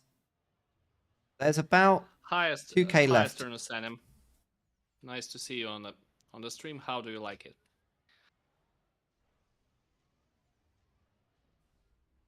This NG of Tar is saying like om nom nom nom nom while eating this naval yard. What? Yeah, he's reclaiming this. I can't connect FAF chat. Why? Oh, it's painful. So Tar is stalling 1000 E there for some reason. Or what he started doing. Oh. Sorry, 100 E. He's gonna make a lot of naval factories over here. Yeah, it's pretty standard for the players to make at least 4, maybe more naval yards here. This is very much a naval map. Once Tech 1 and Tech 2 Navy makes its way into the bays here,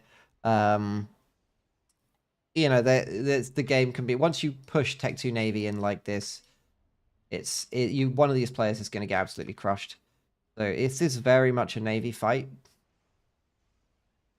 Drops can still be useful, but once the cruisers come out, obviously that gets shut down pretty easily. We're going to have a a lab drop here. So this is going to be a ghetto gunship. Yeah, And that can definitely I- deny the reclaiming engineers. I suppose.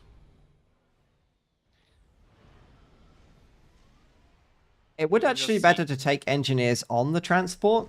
And why is he going this way? Why is he going this way? It would be better to By almost... random. Right now, it would be better to drop your own engineers on your opponent's reclaim naval yard there and just slurp it all up. Just slurp the whole lot. Deny like 2,000 reclaim to your opponent. Little tank with another clutch scout there. He sees that ghetto. Doesn't lock it, though. Doesn't lock it. Another ghetto. Okay, this is not a harassment tactic. This is a coordinated attack. Yeah, this is gonna be their play. Another ghetto. Okay, both players going for ghettos, but they don't really have any. Dude, they're about equal in air. Actually, they brought those intis. The thing is, both ACUs are in the bay, are in the Only water. one inti on patrol. Another transport. and one more transport. 4 transport. We got so many idle engineers here in wireless bombs base. And the Navy's in process right now. Yeah, I mean, the naval fight is basically over before it's even started because Team 2 did not choose to make a naval yard. It's going to be 4 ghetto gunships. 3 yellow and 2 blue. Yeah. Now, I don't know if this is something they've planned, but the Trident has exceptionally good anti-air, and they're going to turn around. And the ghettos get seen. They're going to need to coordinate really well here not to lose these. Because this is all in. What they are going to attack with it? The transport. I can see Cyber transports are moving on the edge of the map. Well, he's kind of going after the transports, but... And Wireless is sending his transports right. Oh, they're unprotected? Here, No! here we are. The attack started. And he also sent intis for... send intis to the support. These all died for nothing. That's a catastrophe. Little tank is destroyed. He needs to drop them now, really. Drop them! Drop them, Oh, Tar! no. He didn't. That's a fail. So the total damage of this attack is... He just put the transports on the patrol. And now he lost them. the total damage of that attack Wireless is bomb dropping. one his Tech mech 1 range. mechs.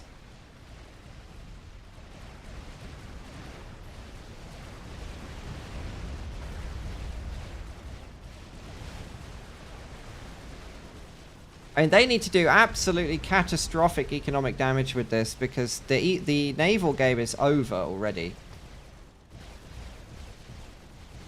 But these mech marines are not going to do that much damage. Yet he has a lot of frigates at the moment. Yeah, these frigates need to come in here.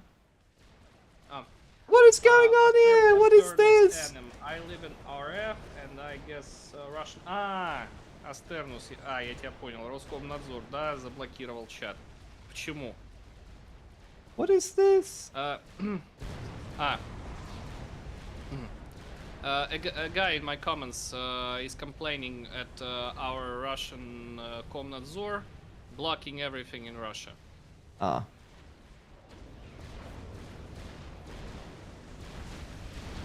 Torp launchers trying to defend here, but that is not anywhere near enough torp launchers to deal with like block the 10 chat. frigates. BM. Get the holes. I mean, it did no damage, so I don't know why Little Tank is upset. It really did absolutely nothing to him. It's hard to... Torp bombers comprehend. used here, but are torp destroy- bombers against like Marines. tridents isn't that good at all. Tridents are the best frigate in the game against torp bombers. Yes. Wireless bomb is laughing. So after all of that, Navy basically got completely crushed. There's a Salem already out, which means Team 2 is kind of cooked. But they do have nearly double the eco. So they need to pump torp bombers like crazy and kill the destroyers. Torp bomber is dead.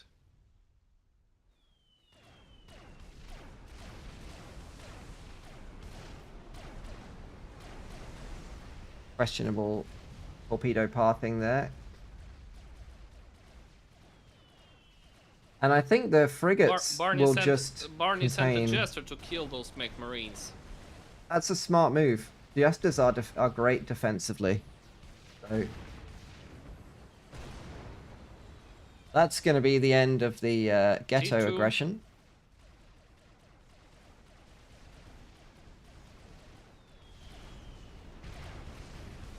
Yeah, losing half of his damage by dropping at this angle onto the land like that. That's it. And the Tridents are very good anti-air. He's probably going to lose his entire base before he gets rid of this Salem. What is he going for? The ACU? The cruiser is almost out. Both torp bombers go for a single engineer. And the cruiser is going to finish.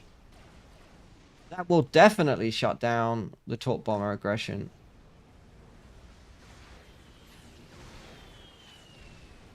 They were going for the HQ Simple anyway. aggression. Oh. Yeah.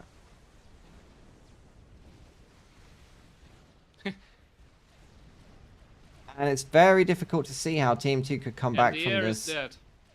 And more frigates are coming on the right, on the left side, crushing engineers. Oh, but the Cerberus is trying to defend the base from all those frigates. I mean, there's very little that Tar can do about this now. His ally Tar potentially has a could have torpedo, gone... actually. he got torp on his ACU. That's actually really good.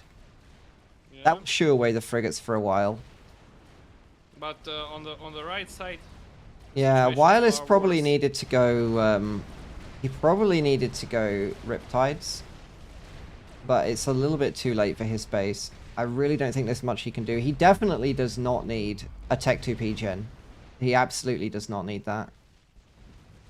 If he put up a shield, he might be able to make a Tech 2 PD to kind of shoo the frigates away.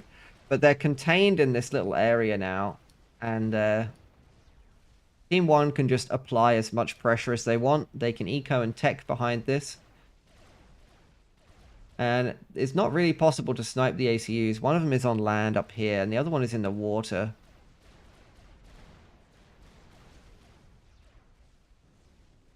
Very difficult to see what Team 2 can do. another pack of frigates is going to Tar's base. Meanwhile, Wireless Bomb's base is slowly destroyed by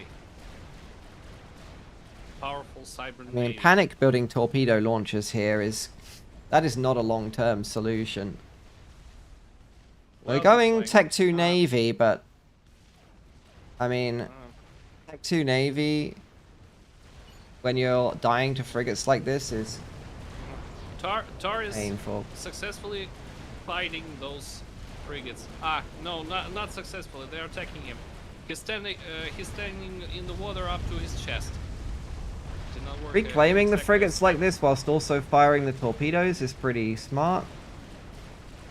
It did not work as planned. Yeah. We could kind of tell it didn't work. They probably needed to go, or they needed to really send all of the ghettos to one place. Do as much damage as possible. Lock the air factory, and then then either drop and run, or move them to somewhere else. Pick them Wireless up. Come is, here. Wireless is making a drop, but that can be too late. Tar is dead. Drop gets taken down by the siren. That's yeah. going to be GG. The game is very, very over at that point. Okay. A ghetto attack They did won. not work out. They won pretty fast. That will leave us with so we know it's going to be is it Team TNT in the final? Along with the winner of this game, so let's see if we can see the okay, let's join this one. Which one? I love TheMemeCommander. Yo, what's the password? Did they launch? Did they launch it without? They did. I was just about to join the other game and they launched it. They launched it before I could join. Absolutely outrageous. Астернус, это ты еще раз скажи мне, в какой чат ты не смог попасть, предположение? Ну, блокают они там, конечно. Да, но я не знаю, им надо, наверное, время, чтобы они до фафа добрались все-таки. I'm telling a guy who commented, who could not join the chat, that Roskomnadzor needs time to reach Forged Alliance Forever. It needs time to reach it. I don't know what that means. I'm speaking that it's about blocking various resources in Russia. Okay.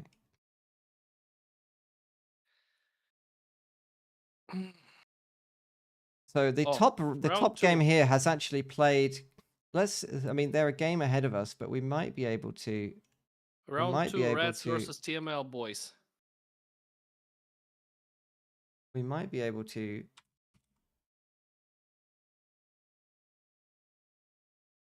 I bet the search doesn't work. Yeah, there should be a game that's played. There should be a. Let's go here. View replays. Okay.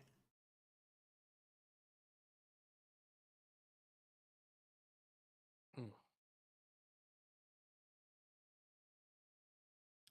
I'm going to jump into the. I'll send this to you here.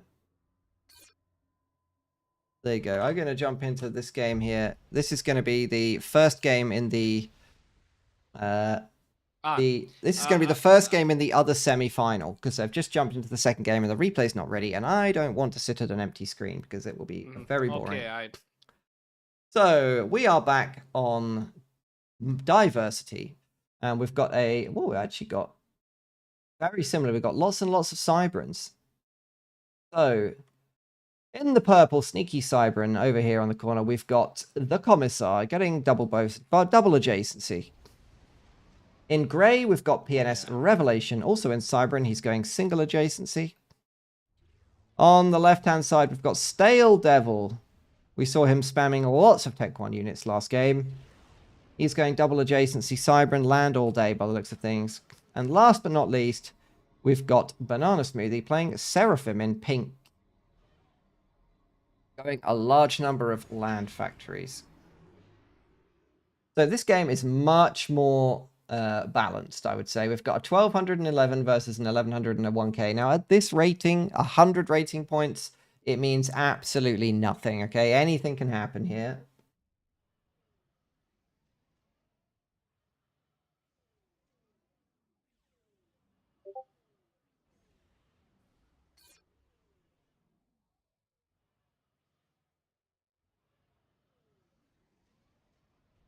Whilst these players do this, let me just type. Wilson says second semi is at a decider stage as well.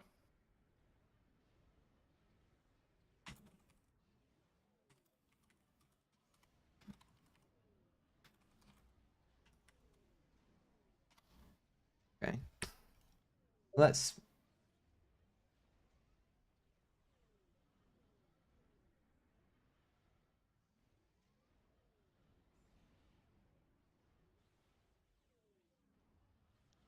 I'm just going to leave this replay running. I'm just going to check the bracket. Yeah.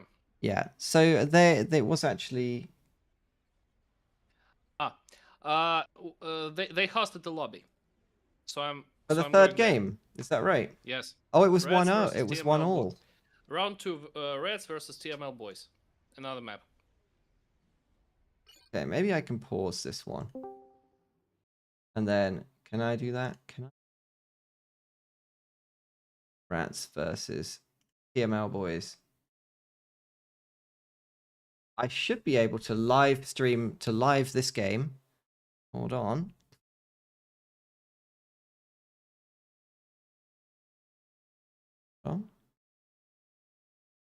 Whilst also staying in the replay for the other game.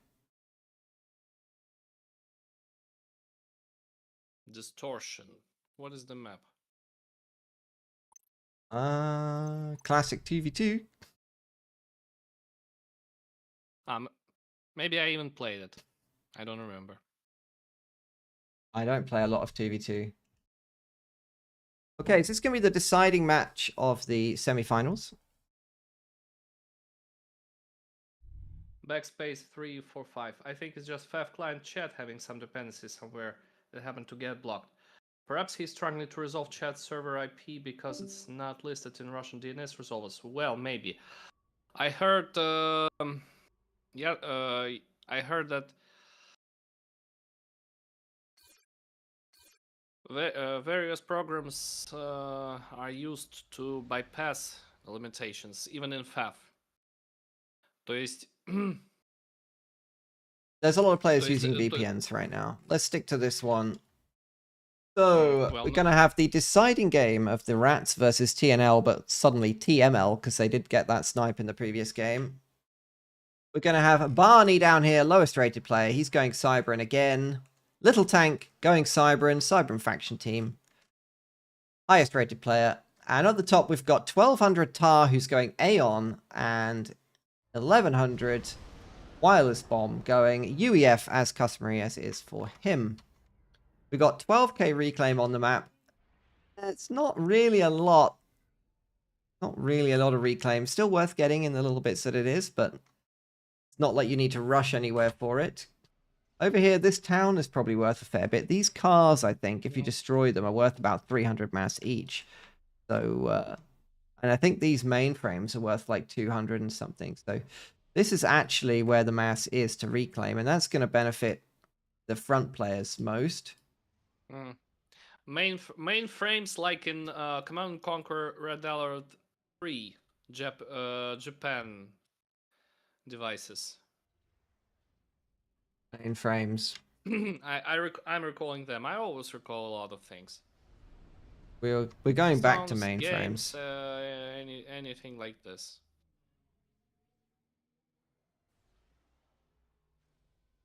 Okay, so that's fairly standard engineer spread from both teams. Very eco-heavy start, no raiding really. It's difficult to raid on this map because if you kind of raid in here, it's very easy for your opponents to stop it, honestly. I think the real question is, okay, we're having a reclaim here. This is nice. Tar, how's he using at mass? Yes, he is. Look at that eco balance. Very nice. I guess the real question here is, who is going to go first Navy? Because a single Tech 2 destroyer that gets into this area or into this area essentially wins the game. Because it can just destroy the mexes straight up. And I would expect to see... This is very sensible. Like, Tar and Wireless, they have a much better setup for dealing with this. Because they both have good hover tanks, right? Blazes and Riptides, very strong on a map like this. They can scoot around the outside, clean up all the mexes. Whereas Barney and Little Tank, well, they've only got Wagners. And whilst they're good at sneaking into your opponent's base, they're not very good at confrontations against Navy. Oh, units moving out? As well as Othums. Well, Othams, but getting to T3, I mean, there's no Seraphim in the game. But if we got up to Percy's, I mean, Bricks obviously can do that, but better bricks. Bricks are pretty strong for that. They also have torpedoes, but if somebody's got bricks, I'm expecting there to be quite a few destroyers on the field. So, Little Tank remaining in his base. Tar remaining in his base. And it's going to be the players on the right-hand side of the map who are going to be contesting these mexes with their ACUs. I think actually, given the size of this map, it might be worth going a transport. I mean, he does have an air factory. Obviously, you could like drop an engineer, drop an engineer, drop an engineer, drop an engineer, and you're going to be like up 7 or 8 mexes if you're in Tar's position. I actually feel like a transport here is pretty strong. I haven't played this map, but I feel like it's pretty strong.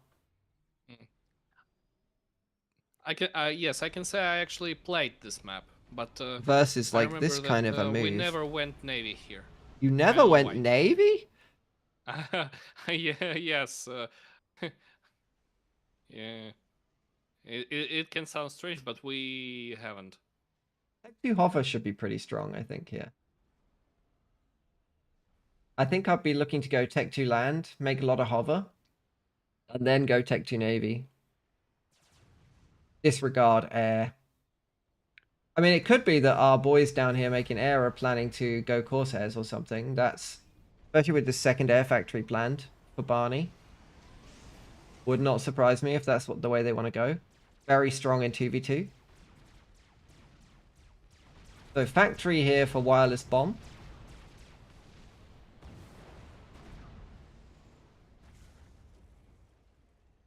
And both of the players on the left side now moving out basically at the same time.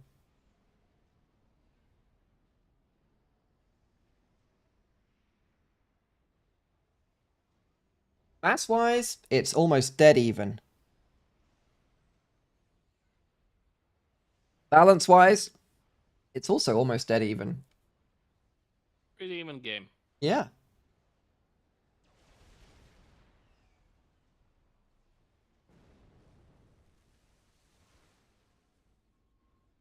So Tech 2 mechs for Tar, that's pretty early. I would say at 5 minutes. Naval yard for Tar as well, and he's queuing up a completely even mix of frigates, submarines, frigates, shards, and more frigates. At least he has enough energy to support this whole. Well, he is doing the exact same thing of stalling infinite mass so that he can build infinite PGNs. And the commanders are going to meet each other here. Tickling each other. They're going to fight over this mechs. It's my mechs! No, it's my mechs! The good, Mom! the bad, the ugly. My turn with the mechs. Little tank brought some support with him.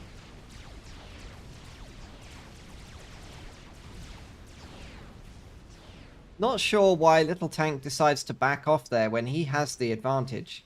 But he's probably worried about this push in the middle. Little Tank going for Jesters. He needs more. Yeah, Jesters supported by double air factory down here. Making inties. This could definitely work, but not if he A, reveals the Jesters, and B, flies them into archers. That is not the way to do it.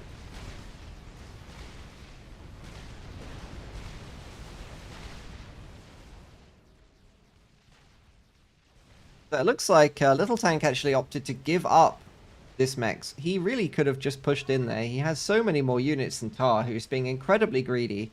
Second T2 mechs is done. I like how he ringed this mechs to make it cheaper to upgrade, and then upgraded the one he didn't ring. The T1 air factory, maybe because they saw the Jesters. If that's the case, that's quite a sensible thing to do. Neither side taking their island mexes here yet. 7 minutes in. Some much needed mass. And only one engineer is taking those mexes, and maybe only one engineer is going to reclaim all this. Yeah, very easy to deny this with a Tech 1 bomber. This is basically the thing you want to do if you have a Tech 1 bomber, is to deny this engineer.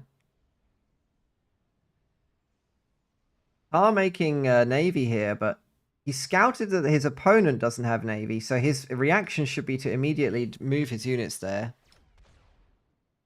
And also take this max back. 2 Tech 2 mexes for Barney as well, so a lot of eco going on. Tech 2 for the Aeon player, Tar. He's going to get his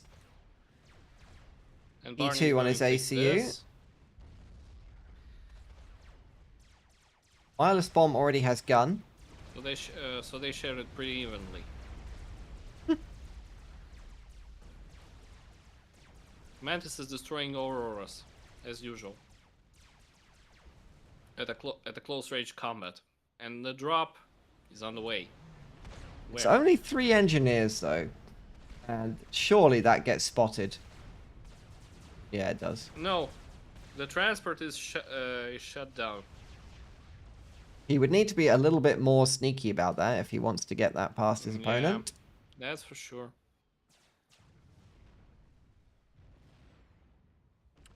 So gun speed for Barney, but his opponent already has gun. And No, equal I units as well. don't have a gun. And he's ripe for an overcharging right now. Overcharging this is so expensive. And the great haste, since he's stalling for sure. But No, Mantis is Barney, protected. minus 1,300 energy. They're both stalling at the same time. Oh no. If only they had a Tar on their team with like 600 extra P-gens, they would be doing so much better. Oh, they're going to be in trouble. He might have to cancel this. The Lobos have already is going primaried on. him.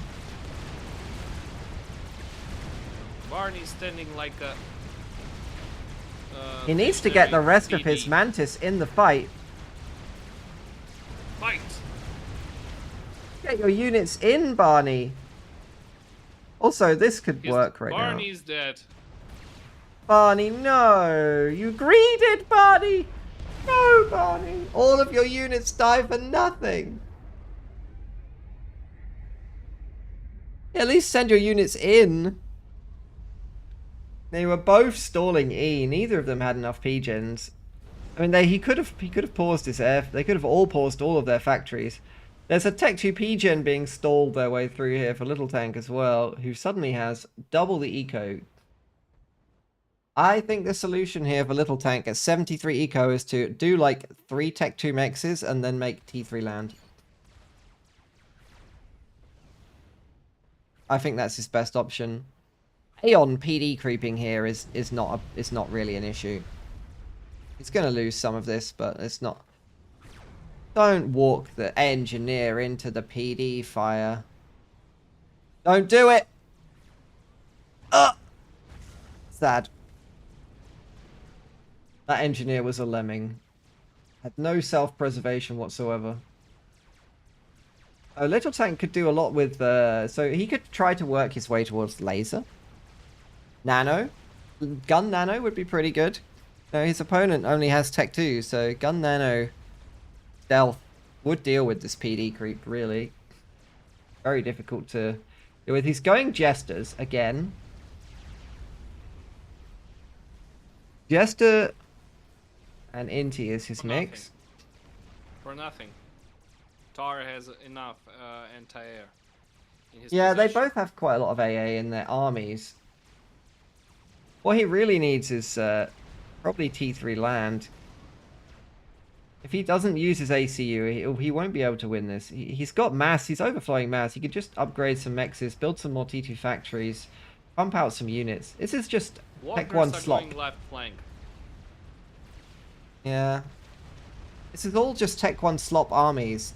He just needs to get a bunch of hoplites and a stealth and he can kill all of this kind of rating level. Another raid on left flank. This radar, by the way, this is a hero radar.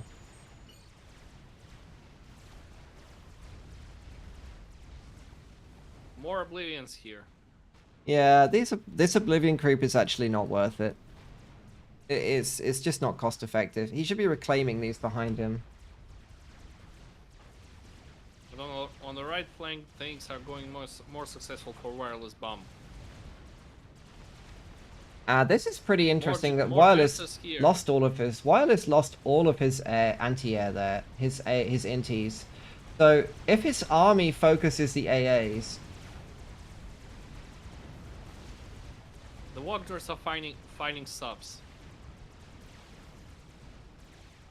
yeah, Wagners do okay against subs actually.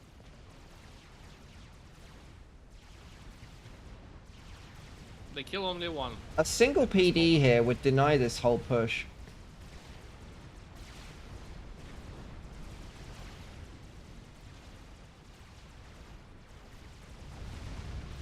A wireless bomb needs to be careful that he doesn't move his ACU away from all of his units and lose all his anti-air, because if he does that, he will be very vulnerable to the Jesters. But the Jesters come in, I think they just auto-aggroed, so they've been revealed all of a sudden. That's kind of terrible for Little Tank, because he really needed the surprise, the sense of surprise to deal with those. He's lucky that Tar didn't immediately right-click them. 3 Wagners have finally defeated the second submarine. Yeah, better Well, to it split killed Wagners 2 up, of them. to be honest. To have like one go here, one go here, and one go here. But... building anti-airs and Tech 1 PDs. The wireless bomb really needs to go Tech 2 a little bit earlier. He's making Tech 2... he's ringing his mexes, but without Tech 2 taking PD. him down slowly. What are they fleeing I from? know. I'm not sure what he's so worried about. Okay, here comes all the air. It would be nice if he baited them in over a flak, but his factory is producing only rhinos. A single flak here would allow him to crush air. As it happens, he kind of wins air by default anyway, because Tar's inties are they out of fuel? No, they're moving very slowly. Tar is setting up his PD base here, and I feel like he could go for a TML, but there is zappers. Little Tank not using his Wagners are destroying ACU. something. Yeah, they are getting a mech. They got a max. 1 max. Put them out of range of the Navy if you can. The idea, really. They're going to walk back into the... they've got 1,000 mass killed each. They're pretty Only good. 1 survived.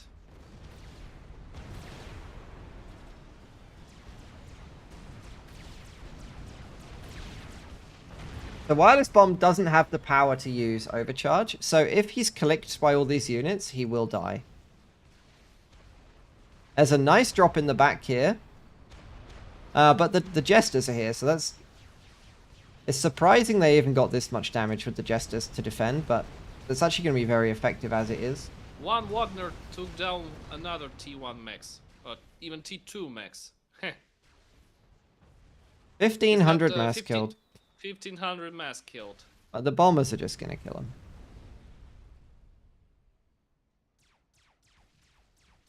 Tech 2 Navy for wireless bomb here. And TML on the left for Tar. Oh yeah. So there is TMD. Is his ACU... yeah, his ACU is definitely killable with TML. Considering he hasn't moved for so long, if it was me, I would probably put 2 and just try and kill him, snipe him, because he's not moved that for ages. And the moment you reveal that you've got 1 TML, he'll start defending against it. But right now, Little Tank has no idea.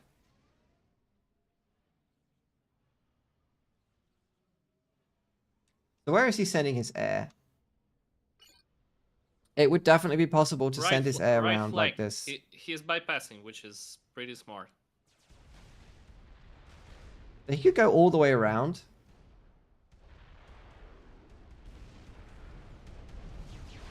Is this a nano upgrade? I suspect it probably is. Should be a nano upgrade, really. T2? Yes. Okay. I mean, he doesn't have Tech 2 anywhere. Again, Wireless is still putting out Tech 1 units at 16 minutes. The Jesters actually go in first. They're going to Naval tank the down. damage, so Little Tank is going to win air here, I think. But all the Jesters have taken a lot of damage.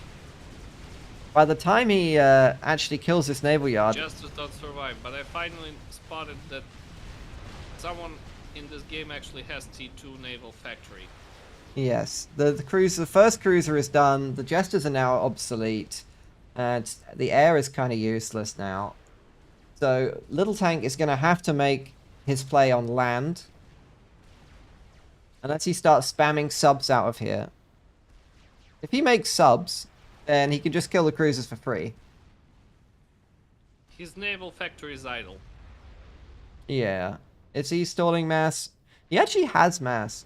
He's made so many rhinos. Tar is firing his TML. It looks like it's at a T1 max. That's a very questionable choice. One T1 max down. Worth it. This is just Tech 1 slop. So, what I would like to see is the Auroras to like start using their floating ability.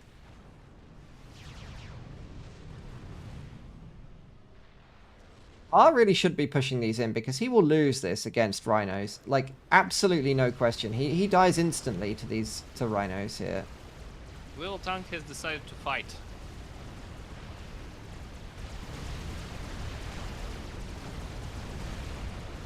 This will leave the door open for Little Tank to do a counter push.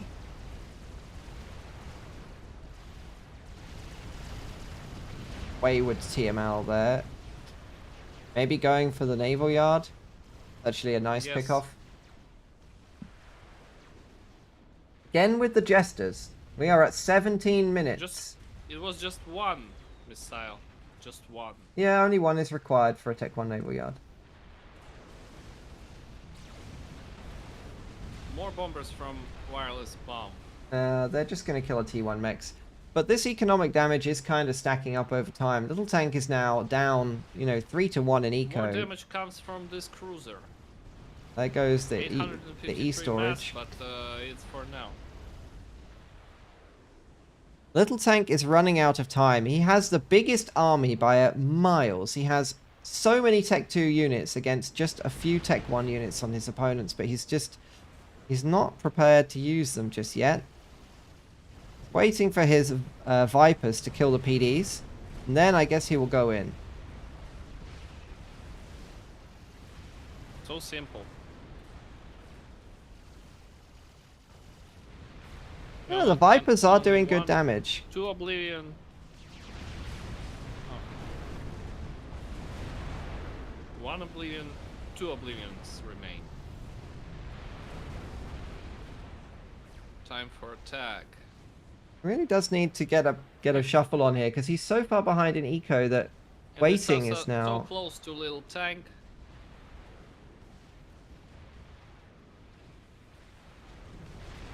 See, the Aeon TMD are deflecting most of these missiles. 21 kills in no time. There are the subs. The subs are going to kill the Jesters. How? The subs. No, they not. No, they are not. This is the best anti-torp defense in the game. They just get very confused by. Now they are taking little time, but Okay, yes, the Wagners can definitely kill the cruisers here.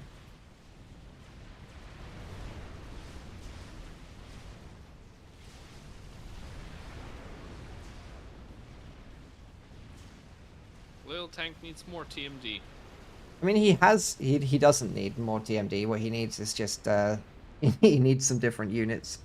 He just needs to either make a destroyer and place it here, or to go or he can go like Tech 2 air and destroy this. He can just Janus this and that would be game over, or he could go T3 land on his base. There are no Jesters this time, so this drop will do damage again.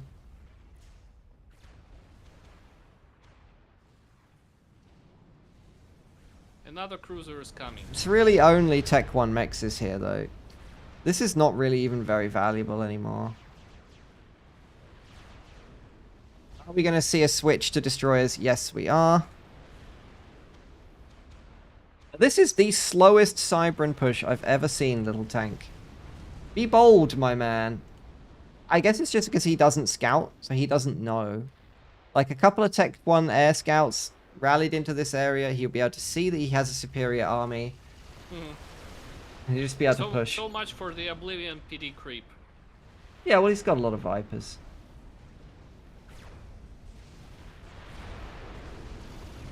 He has the Oblivion's hard like counter. And Oblivion's like pour something on Cybran units. I don't know what they are pouring on them. But it didn't help. Are there actually deceivers in here? There are deceivers in here, so this is actually quite nice. Tar to counter this, by the way, if you've got a Cybran playing with deceivers like this, he should really be going sensors on his ACU. If he gets the sensors upgrade, he'll be able to see all of this. And it doesn't matter if about the stealth, it won't affect him.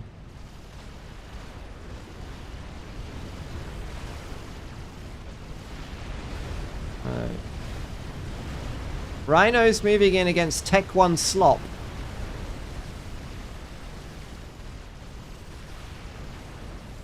There are enough Rhinos to just crush this, by the way.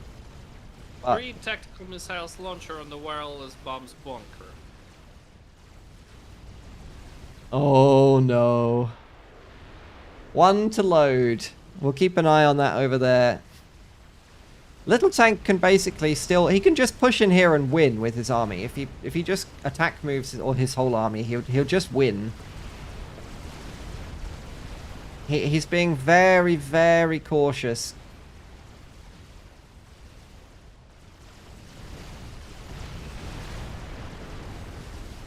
There's now an enormous mass field here.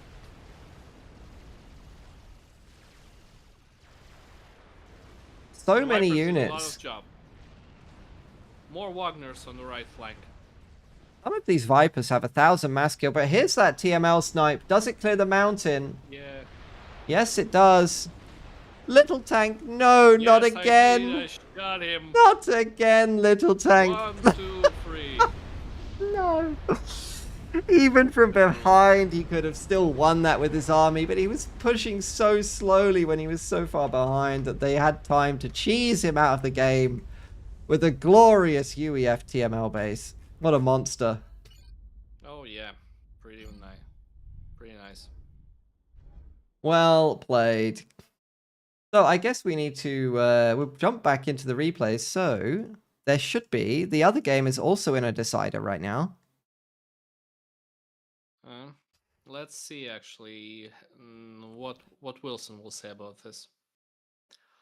Let me pull this one back Turn up. the official chat. Banana Smoothie says dirty Cybran. Dirty Cybrans. I don't know why the thing here doesn't work. Go.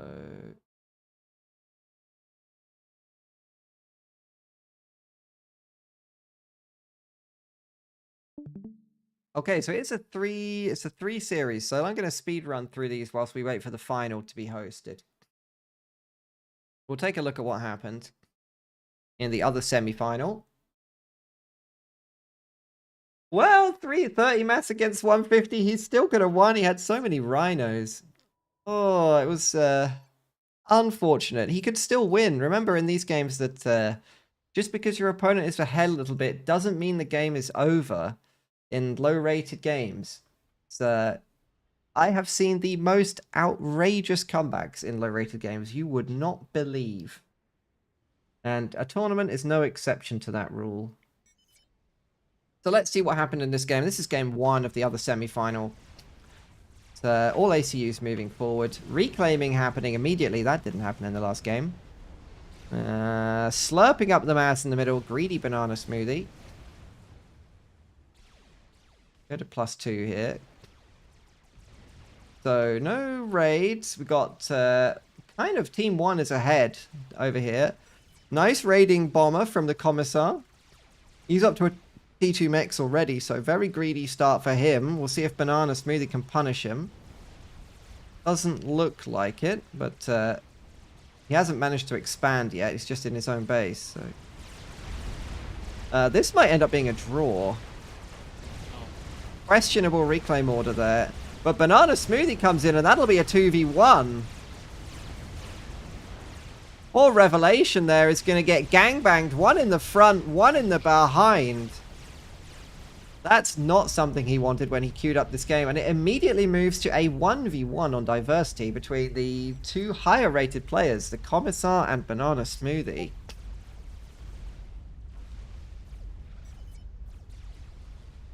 So what do we got here? Cyber and Air Factory.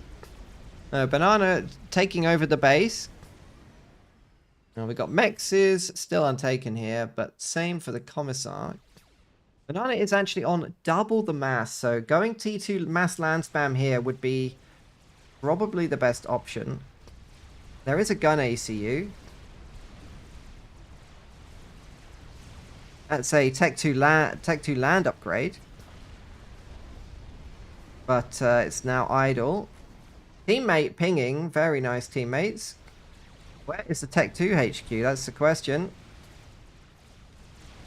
Where are the Tech 2 units? Commissar is catching up on mass, but this looks like it will be a bit of a mass donation here. Banana Smoothie making Tech 2 mexes at the front. That's not a wise idea. Going nano repair first.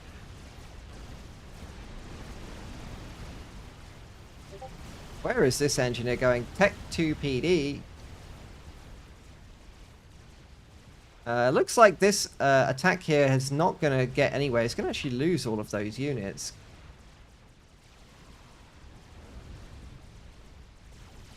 Does get a nice raid, and that's going to put him ahead. Ahead? He's stalling E brutally. No. Okay. How come? Banana has got some Yenzines, so she's ready to counter push. The Rhinos look like they clear this up, and the Commissaire's aggression comes to almost nothing. The eco balance is out. He starts producing Rhinos. Rhinos versus mini chickens, not good for the Rhinos, by the way.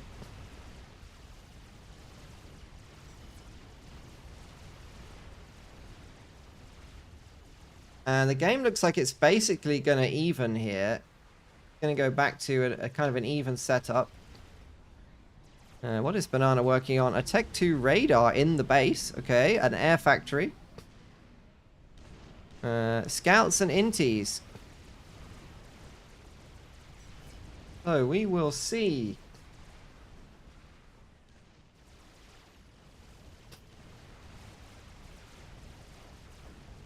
Rhinos moving along the beach here. Banana opts to move them round here, which is a little bit unusual. I would expect the raid to go this way.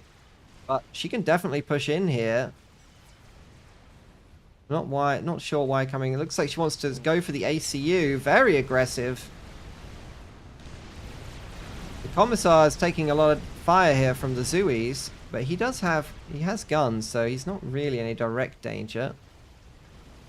This push is then a little bit late because the units start streaming out. Banana Smoothie really needs her own gun, but she's going up to T3 land. Look at that, 13-minute T3 land. It's an unusual rally point here.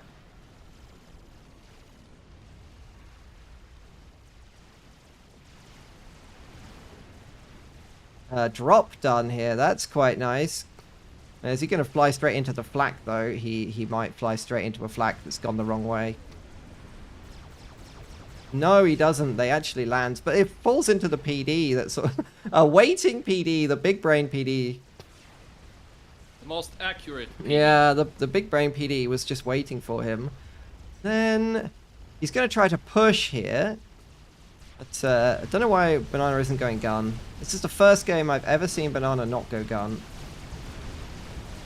We have a sort of accidental concave here as well, which is going to work out pretty well. Cerberus turrets here. This is not going to go anywhere.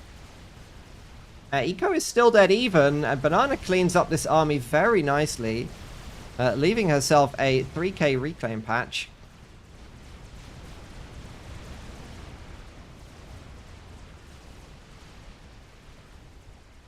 Definitely needs a PD here. Not PDing this is a bit of a blunder. Oh, the Commissar didn't do that either. Nano repair. There's Othams on the field. Send that Otham in. It could oh, we got Corsairs. Okay. Commissar going for Corsairs. Banana going for Othams. Corsairs do actually beat Othams, though. Oh no. Not so fast. Oh. Pretty accurate position for Cerberus. Yeah, we got them all. I mean, at least they're not in the hole. Last time they were in the hole, now they're on the hill. I mean, it's better than it was. Banana very slightly behind in eco. Speed it up. Both players are tinkering with what they're doing. Gun stealth. The Othams can, of course, go around. I don't know why you would use the Othams to... Does the Commissar have overcharge? He does. He actually has enough to overcharge. I think he has enough to overcharge. No, he's only got one storage. So, actually, he will probably die to the Othams if Banana pushes him with them. He just has to go and right-click him with them. That's not the way to do it. Just send them around. You can't kind of back in and out with Othams against an ACU. Really need to just YOLO it. That's for sure. The PD Fortress on the hill here.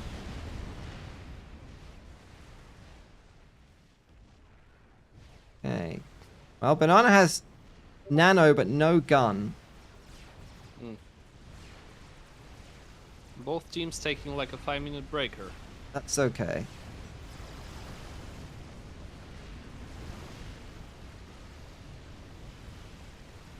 Please build a PD here.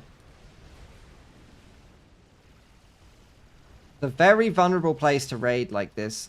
Banana has the perfect units to raid with those Othams, but not using them.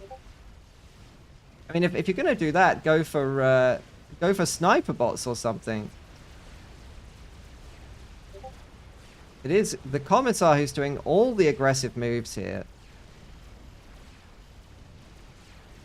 The Tech 3 HQ is under threat. Tech 2 Mex is going back down. The old ring around the rose is being done here. Finally, we get a raid. Banana counter raiding here with Othams. And artillery. What's being dropped? Probably bricks. But the Othams are AFK. The whole army comes back. That allows Banana to push. That's pretty big brained. The Commissar went all the way back into his base there. Very nice Othams shielded versus bricks fight there for Banana. Here come the Corsairs. A dodge is required. Is the shield going to recharge? Banana walks straight into the bricks and dies. Was a long way ahead in that game, actually, but didn't play that one out. Let's go to the next game and see what happened in the next one. Nice win for the Commissar. He played very smart there, even though he's behind. Used his units to raid, and then just right-clicked with Corsairs once the shield was down. We'll go and check out the second game.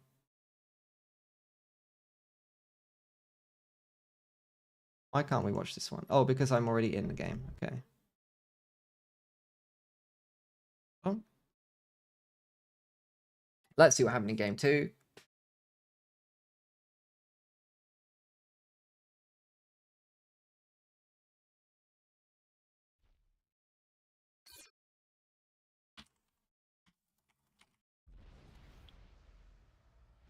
Oh, this is a game we've already seen. It must be this one here is the second one. They didn't play the White Fire map.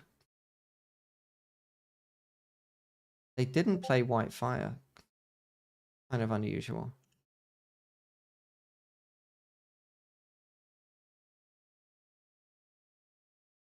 Let's see what happened on this moon map.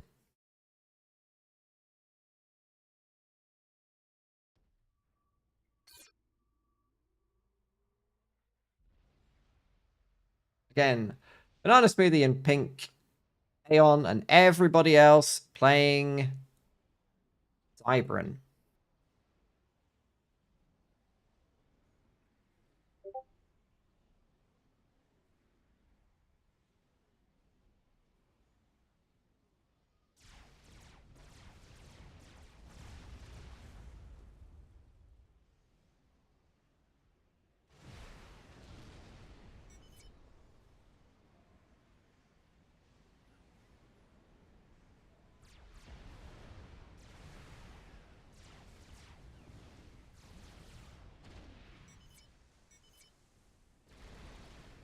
Okay, let's slow this down. So, Banana going to be engaging here against the Commissar. Got a lot more units. Commissar's already got a T2 mechs. So does Banana. On the left-hand side, Stale Devil going to be moving in against units. He's going to pick up some kills here, which is very nice for him. Commissar is immediately in trouble, by the way. He's got an overrun. Banana going to take away some of his production facilities. And going for a rushed Tech 2 naval yard for Banana. Now, the Commissar has units, but he's not used them there. And Banana's going to get away with this by the looks of things. Much more active than the previous game on this map.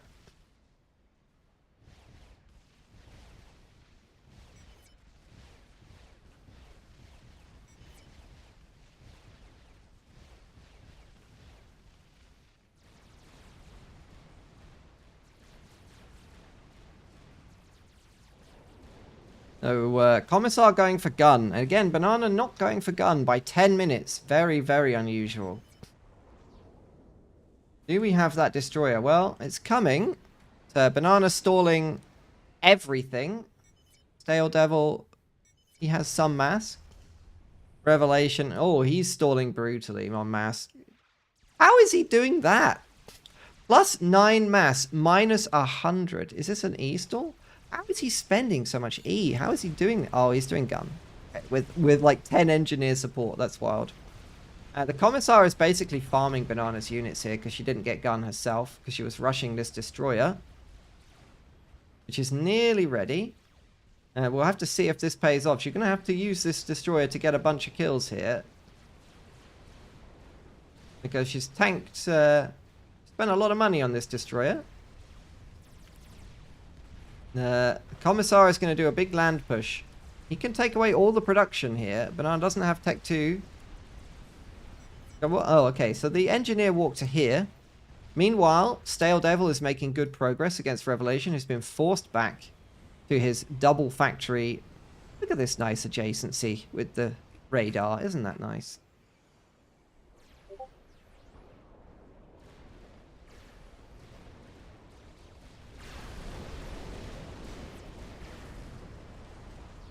So Commissar is going to see this. Banana runs away from a frigate with the destroyer. Does her own gun here. PD started, but those units need to be supporting this PD or both the engineers are going to be lost. Nicely saves them there. And there is a 2v1 possible here. Stale Devil can move in behind, cut off his ally, and if Revelation doesn't punish him...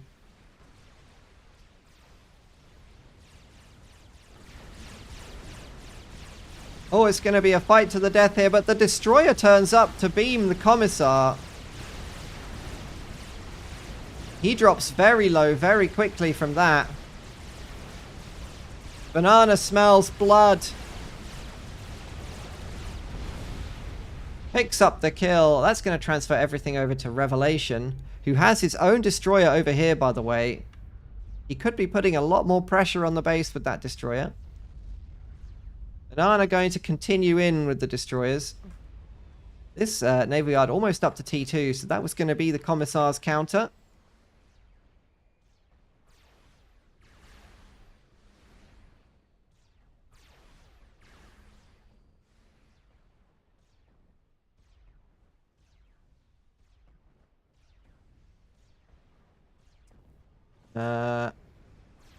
Revelation, my man, unpause this factory. Actually, the thing is, it's going up to T2, so it might be worth. I mean, technically, because he's going double Tech 2 Cyber and HQ, he might have been better to finish it, reclaim it, and then build a Tech 2 thing. But that's probably a bit too much for him to think about, really. Most of his stuff is paused. What's he doing resource-wise? He's actually managing his mass pretty well. Stale Devil is stalling like crazy.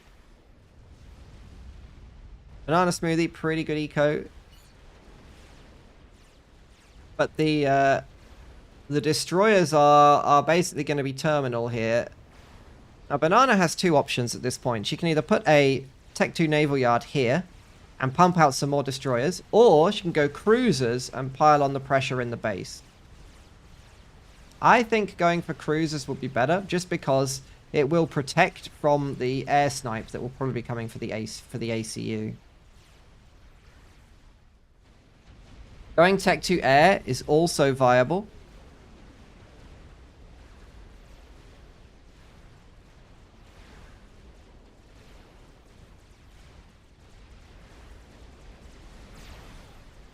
Yeah. This is going to clean up the base brutally. That's the HQ as well.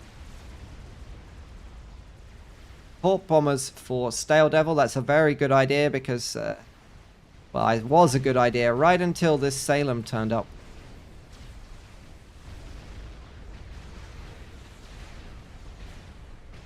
That's going to sort out all the Torp bombers.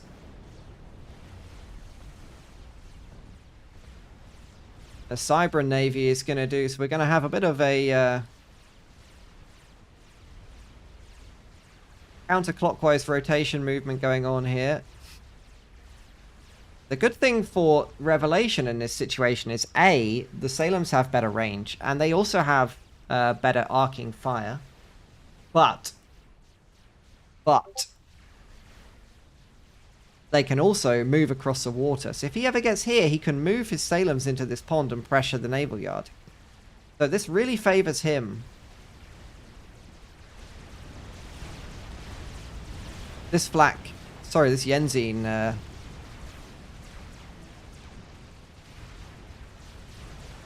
bit of a mistake going that way.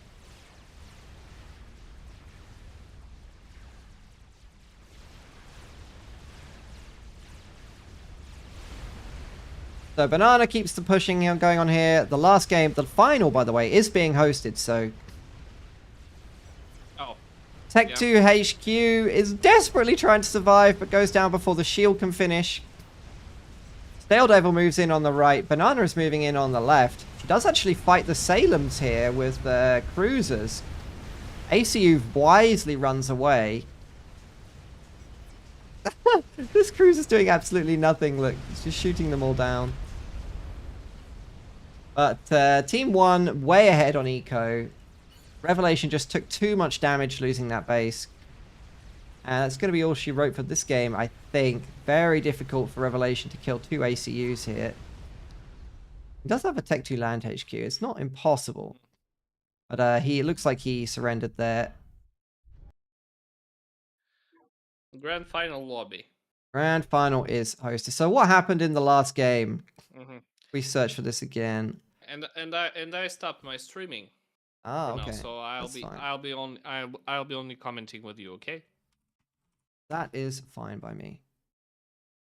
We are just trying to give the low-level players some incentive to play, get casted, do something cool. Yeah, Become a legend, like a Helldiver. I don't. Yeah, I would be happy to, but I don't have much time for casting. Now, what has happened here? Some random guy here. What has happened here? Or password protected.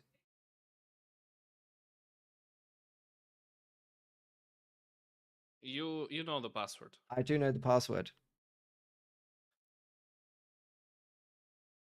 Wait a second. I sent you. Okay. That's right, I got it.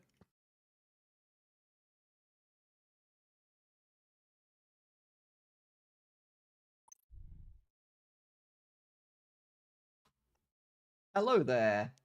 Hello there. Hello there. General Stale Devil. Doesn't really work. So if we search. Where's the tar? There's We some swap to Martin this. P36. Just swap to this. If you guys.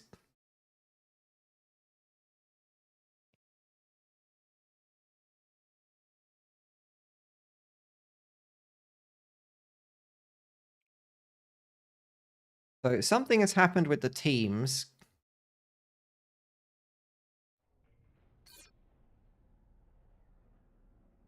I'm just going to speed run the last game of the deciding game here.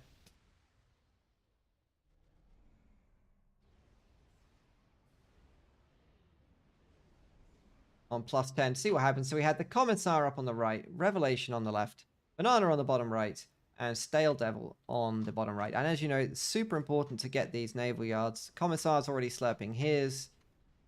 Everybody's getting it, apart from Stale Devil, who's a little bit late with his slurp there. No attempt to steal them. No attempt to steal. Commissar is the first person to do a little bit of aggression with Navy.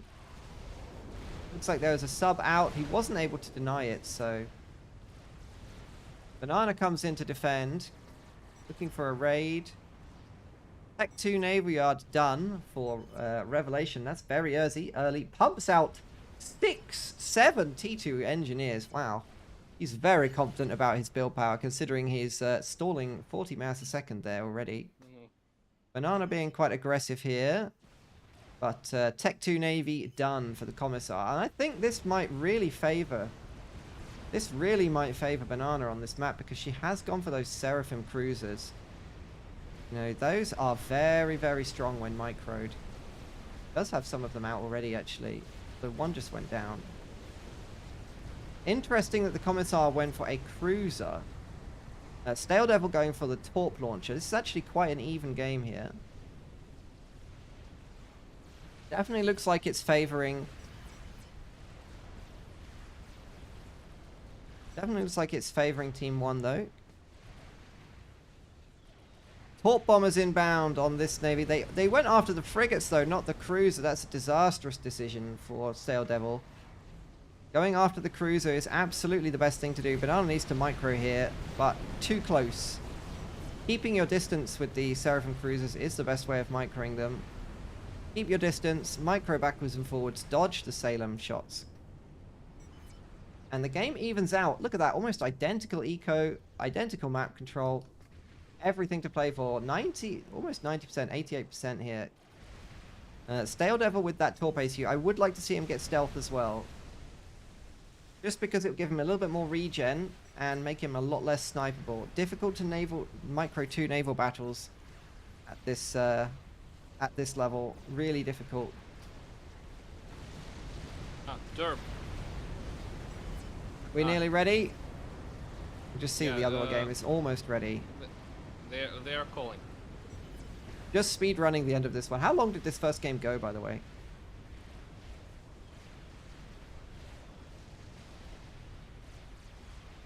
Get the maximum amount of faff going. Nano repair for Banana and Resto Field with the Seraphim destroyers. This is a really nice tactic.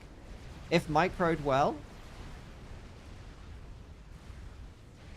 Team 2 pushing in here.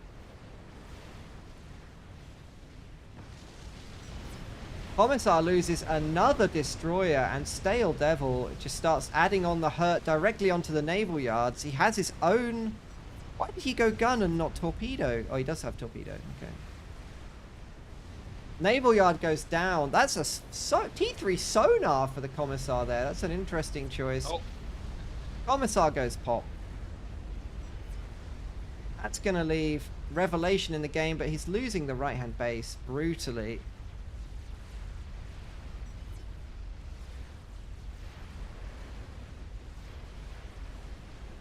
T3 3 naval yards. There's almost a battleship. I guess we are at 30 minutes. That battleship is basically going to definitely be able to kill all of Banana's destroyers here.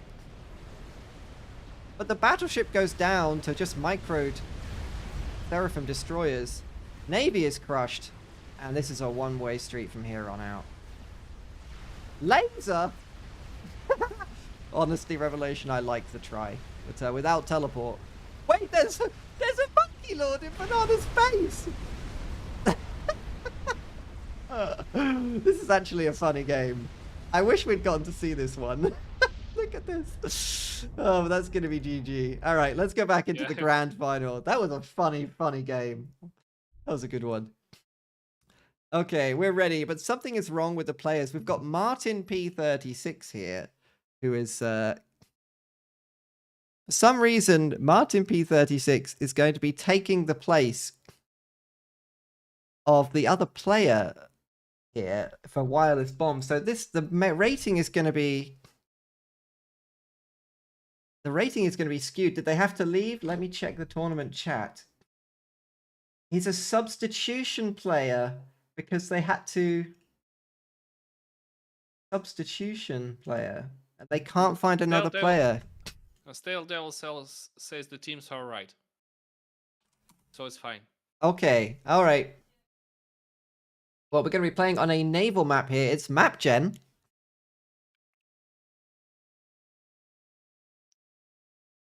Very unusual. But we've had to have a player substitution here. Yes. Actually 300 rated, so yeah. Isn't it going to be... It's going to be a David versus Goliath here.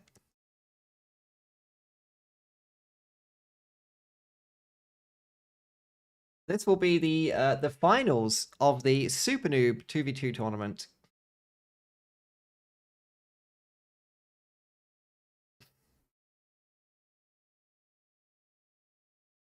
I was kind of sad we didn't get to see that Whitefire game. I think that was probably the game of the tournament, that previous one, with the with that Monkey Lord running around killing everything.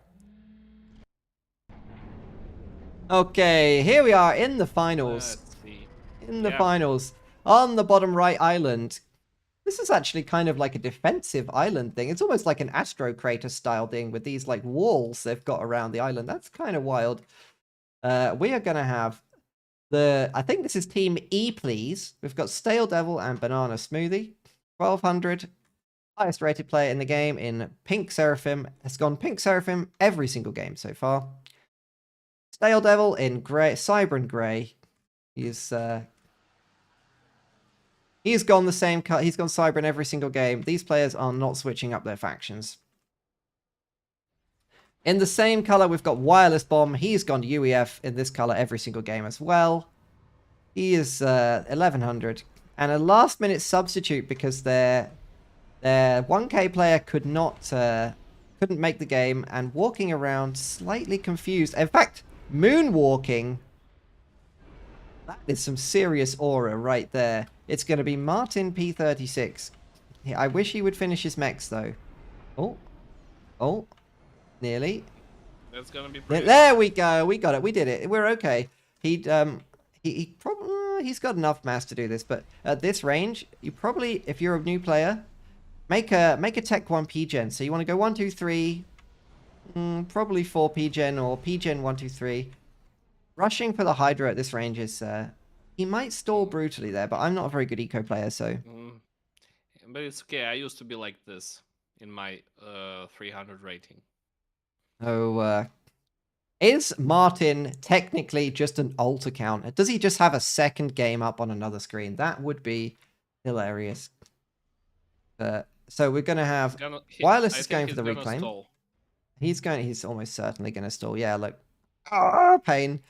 Is he being given E by his ally? It looked like that's what happened. He's stalling brutally.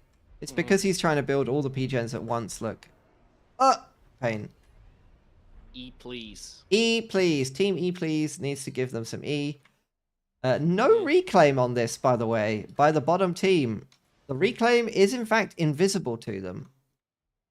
And look at how greedy Banana is. Look at the way the mexes are split on this bottom island. This is Banana's mexes.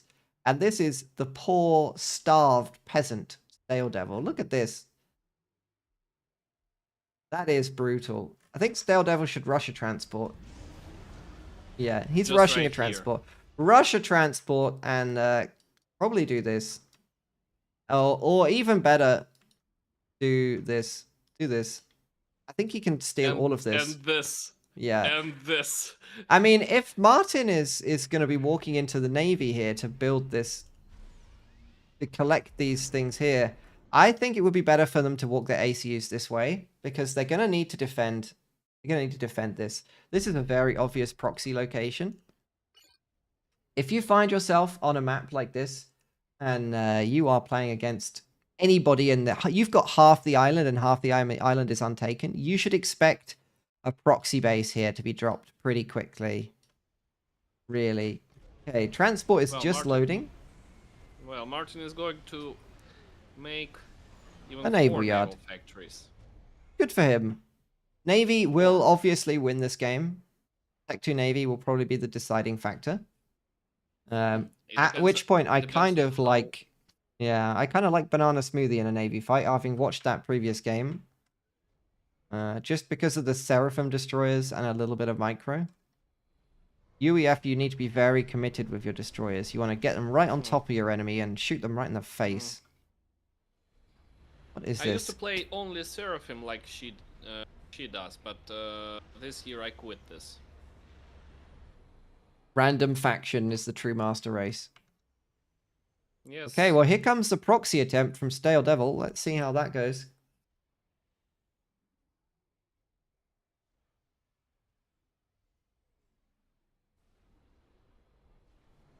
I genuinely think the top team still could have won that previous game if they'd, instead of going for a spider and battleships, they'd just made more Navy. A drop is on the way. He's going to land outside the mexes. I think it would be better to just land in the mexes. Because, oh, it's not visible. Okay, so a radar here is pretty important if you're doing something like this. So there is going to be time. There's going to be time for Stale Devil to make a big proxy here. Oh, the transport's going to fly over and see it. Wireless Bomb is so lucky. He is so lucky that he caught this. He is so lucky. That could have been like 5 factories and completely like covered. But he loses his transport by the looks of things. Drop them! What are these interceptors doing? Are they drunk? Oh my goodness, he's going back! No! It's like a ping pong game. Oh boy. He had the perfect opportunity to get away with that. The ACU now needs to come down to defend. Actually, they need to just bring both ACUs to defend. Wireless Bomb really needs to see the danger here. He hasn't got enough E, believe it or not.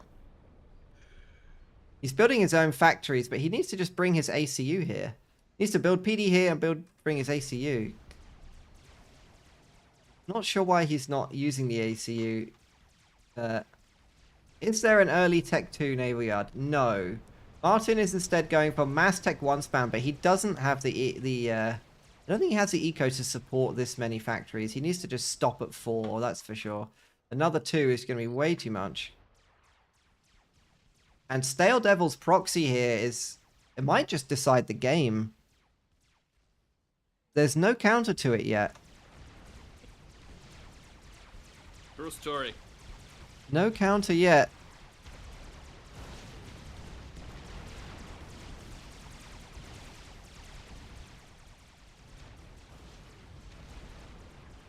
Bring your ACU south, Wireless Bomb, I beg you.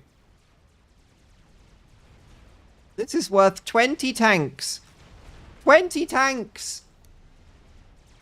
Imagine how different this fight would be going if you had 20 tanks here.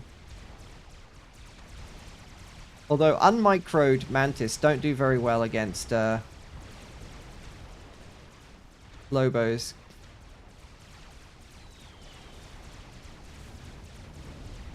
Banana Smoothie has already captured all this.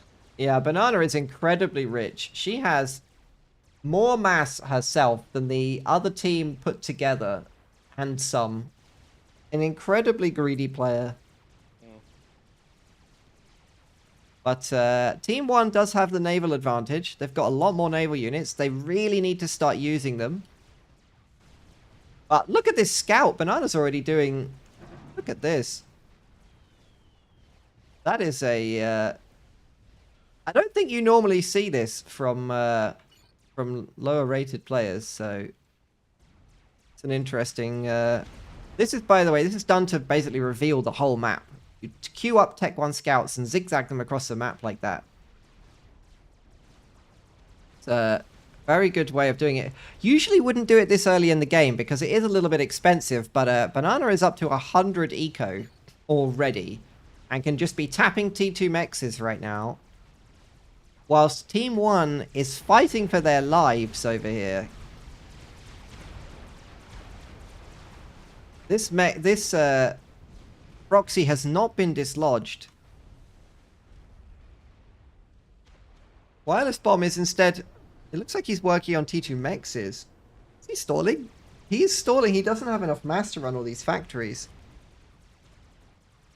He's spending twice what his income can support. Meanwhile, Stale Devil is basically just doing the exact same thing as him. Look at their eco. It's basically identical.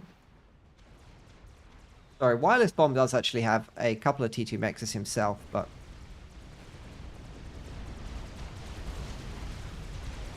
This is where all the action is. Another drop could definitely be used, you know. Look at this! Banana's going to even take these mexes. Because he didn't drop them. The greed! And here. Any untaken on the mechs on the map is automatically Banana's mechs. That is how it worked. I casted a game with Banana in a very long time ago that was about... It was nearly 2 hours long. And the last player left, it came down to a 1v1. And he teleported in and the other player strap-bombed himself through his own shield to lose the game. And Banana was basically sent engineers across the entire map to get her opponent's mexes at the start of the game and got away with it in that game. No, Stale Devil is making it... Take these 2 mexes and these 900 of reclaim. Yeah, take the whole lot. This is actually untaken. Stale Devil, this is like half a Tech 2 naval upgrade for you, by man. Destroyers on the way. Yeah, Banana going up to destroyers. I don't think Martin can afford that. He is doing the sensible thing and pausing his factories that he can't afford, whilst he slowly works on Tech 2. Yeah, he's slowly working on Tech 2 mexes, but they're losing their island slowly to just Stale Devil's proxy. The one saving grace for Team 1 here is that all of this reclaim is on their territory. So there is 3,000 mass here. Take.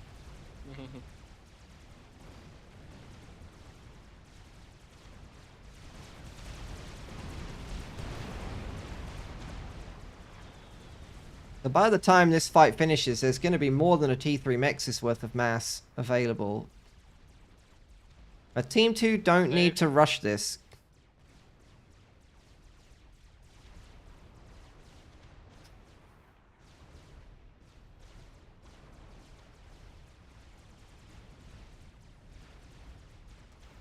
Again, Team 2 have got a lot of naval units, but a lot of them are idle here. And very soon, Banana is going to have enough naval power to push them back. What's command here? Yeah, this is on an attack command, so... Wireless Bomb is going to be able to kill these off.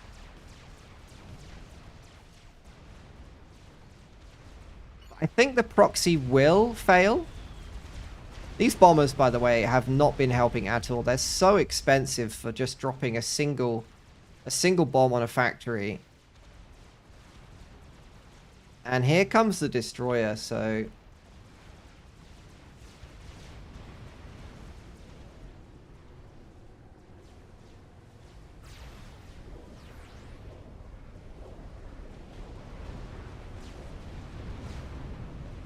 Wireless bomb has managed to clean up this proxy. That will work out for him. But the time that it's cost him to do that is brutal. And already he has another threat here, which is Banana's Navy. Now, Martin is going Tech 2 Navy here, which is very smart. Wait, why? Oh no, tell me he's not. Martin is stalling. Martin already has a Tech 2 Naval Yard. Please tell me he's not making a second Tech 2 Naval Yard. That would be very unfortunate for him. Isn't. Is this going to just to a... He is making another. Yes. It is! No! Martin! No. He's stalling himself, making a second naval HQ. What does this drop? And now all of these units here are basically useless. If he could find a way to drop them, he could do some massive damage back, but they don't have the transports. Banana is going to do the sensible thing here and focus the naval HQ, I think.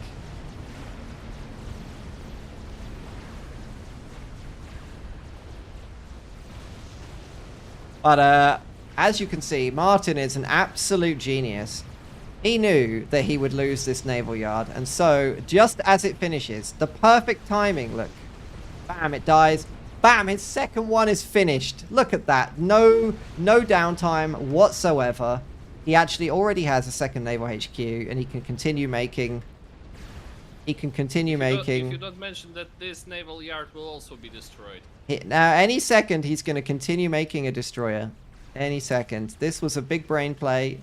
I won't hear anything bad about the man. Nothing. You're not allowed to say anything.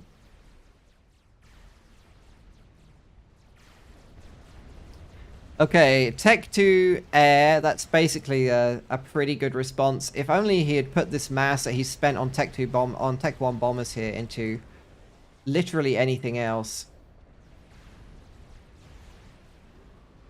It would be a lot more productive. 500 mass in just anything would have been better than these bombers. The best target right now for those bombers is probably Banana's Tech 2 Naval Yard. But realistically, the damage is already done. And we've had one drop, yes. But what about second drop? Sail Devil coming with 12 more engineers. Honestly, I feel like he could drop and make a PD here. Or he can drop here and make another proxy at the top. It might even work. It's obviously not efficient because there's already a million units here to deny it, but...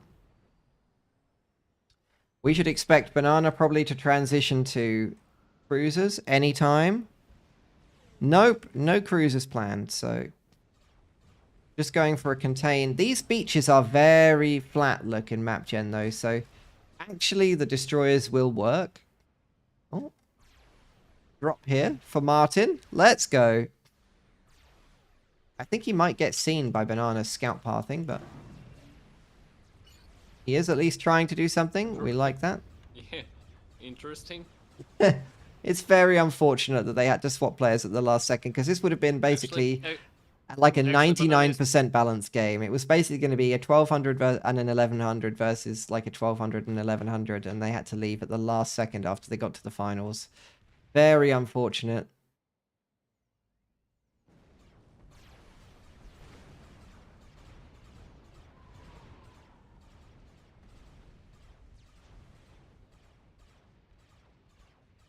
Drop is idle over here. Mass-wise, Banana has 250 eco. Bruh. Making a cruiser. Making Tech 2 P-Gens. Banana could probably make a chicken at this point, but I guess... Look at all this reclaim as well. He has a T3 Mex. Just running away with the game. More. Completely running away with the game right now. With the Navy locked.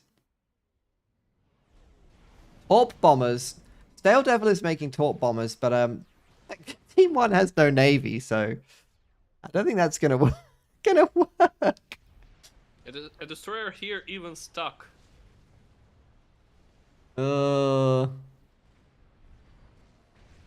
It's stuck. It's stuck. Help me. Help me, Seraphim-chan. I'm stuck.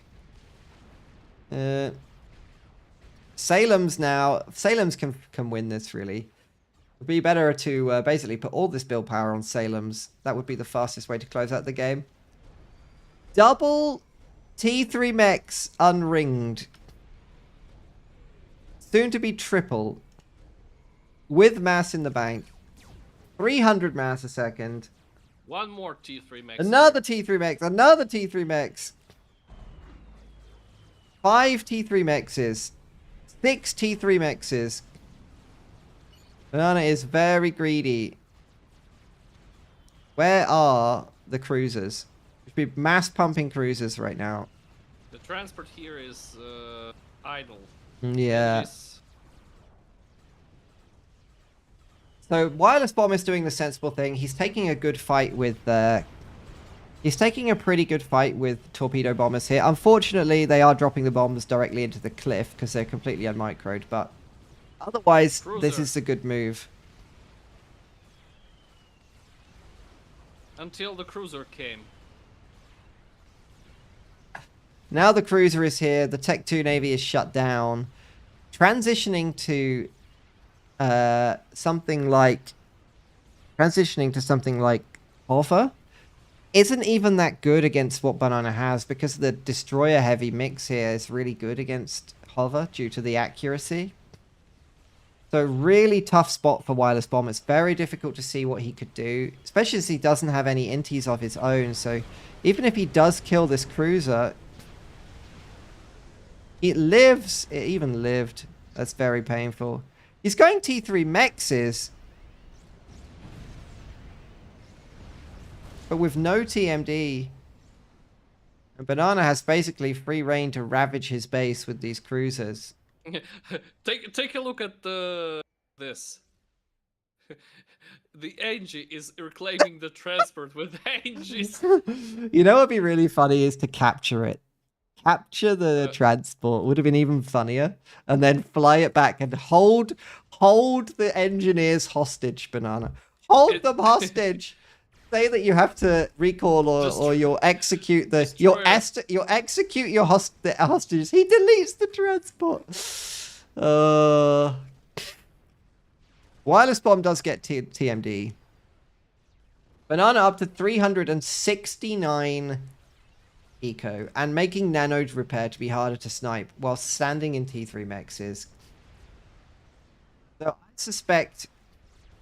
I strongly suspect that a chicken might be coming because it is Banana, and Banana likes to play make early gun and then make a chicken. That's for how Banana plays the game. Honestly, a battleship would end this as well. T3 for Wireless Bomb. Actually, this isn't even a bad idea. You know what he could do? He could comm drop. If he can sneak an ACU drop, like, into the base here, he could, like, bring the Navy... They would have to bring the Navy back to maybe deal with it. Maybe? It's a long shot. But a comm drop is better than nothing. I think it's a decent thing to try. It is it is the final. Try it. Try it, Wireless Bomb. I believe in you. Banana should just get the ACU safe in here, to be honest. If you're going to be that worried, just go in the water.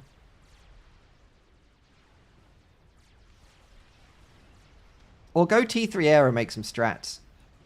Like, finishing the game at this point is... We've got a land invasion, look, queuing up Thuis to rush in. A Ravager from Wireless Bomb.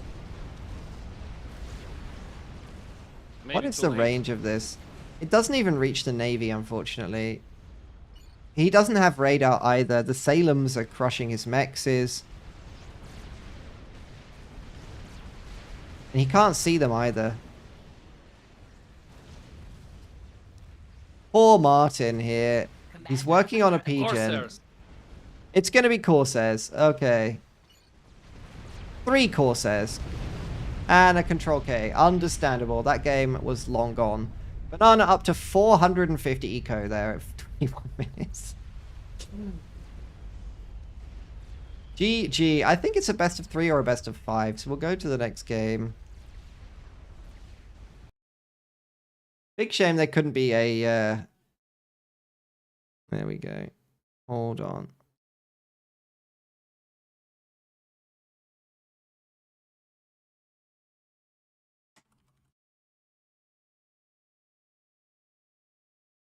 Let's go back to FAF. Okay, here we go. Sorry about the black screen for a second there. We will go to the next game. I'm not sure what map the next game is in.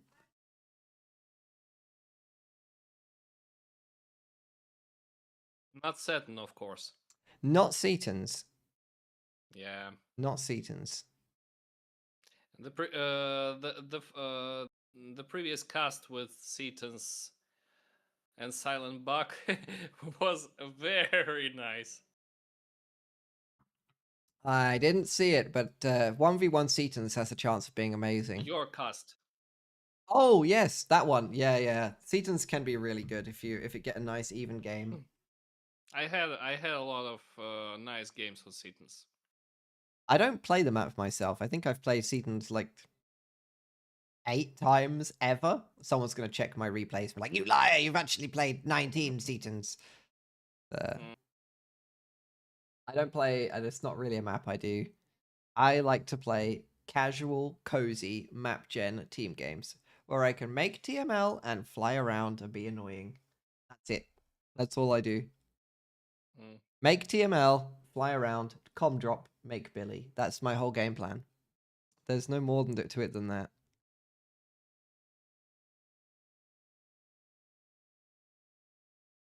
Okay, we'll just wait for them to host the second game.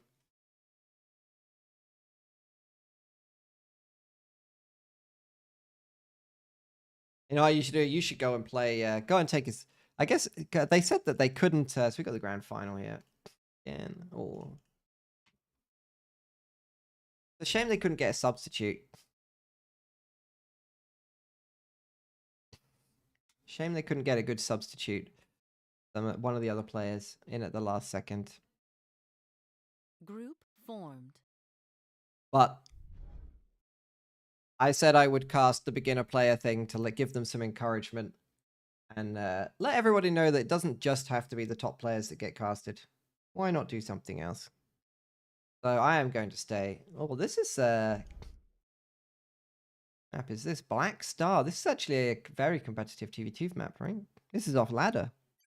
So land heavy map here. No navy. Group formed.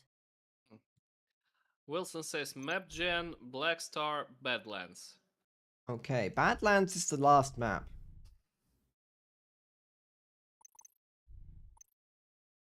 So the game that Team E Please, which won this first game here, the game that they actually dropped was a land-only map where they got Group formed. They got overrun early on. And Banana got killed.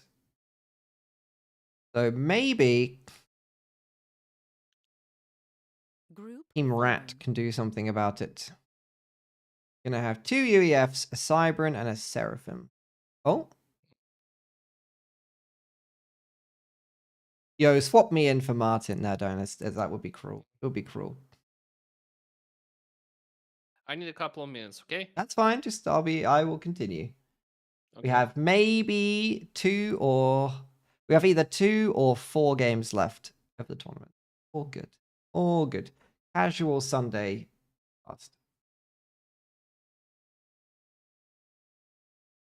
Players are going to take a 5-minute break, apparently. You're bored? Time to make it a political stream? Yikes, bruh. I'm not sure that's in anyone's best interests. Although, you know, the Seraphim are illegal aliens invading our galaxy, and as a proud UEF myself, I think we need to deport them all back to their own galaxy, where their own culture is, through that gateway. You know, I think that would be very good for everyone.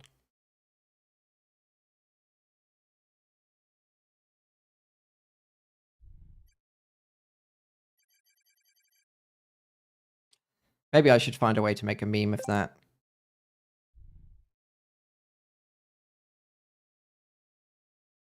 Do I know? Oh, I might be able to find a sub. I better hold on. Let's see if we can make this way more entertaining. Hold on, boys. Let's see if I can find a 1K player.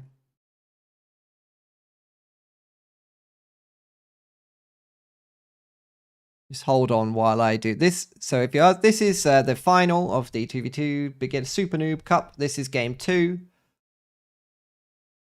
Game 2 of 5, okay? Game 2 of 5. If you're asking what game this is Supreme Commander Forged Alliance.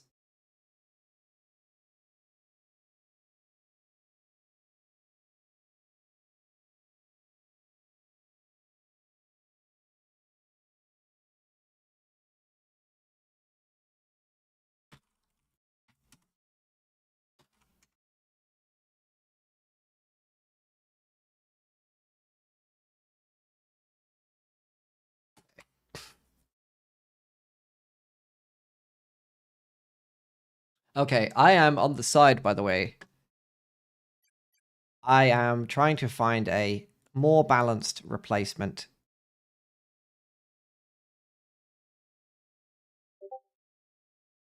It's best of 3, okay? It's best of 3. So,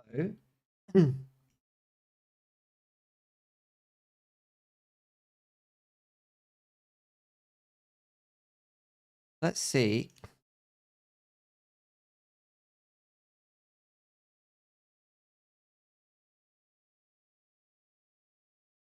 Hold on. I know you can't see what I'm doing here, but I'm trying to make us a more entertaining second game.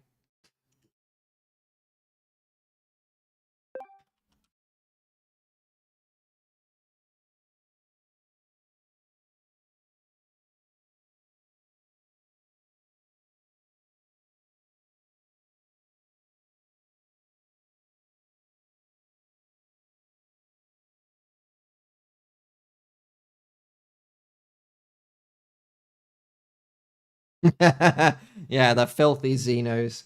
Get them out of our galaxy. When Galactic War goes live, by the way, soon, very soon, is Galactic War is like a Stellaris strategic map over the top of FAF, where you get to fight 1v1 and 2v2s to take over planets, and you can upgrade your commanders, like teleport, drop in. You can drop in extra units at the start of your games based on your XP and stuff.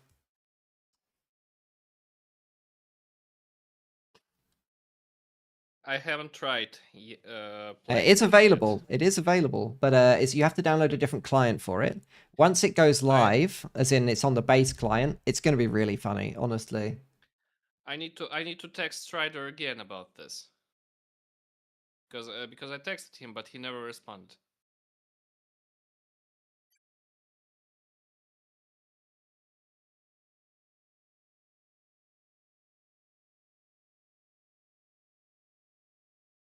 I'm just refaffing.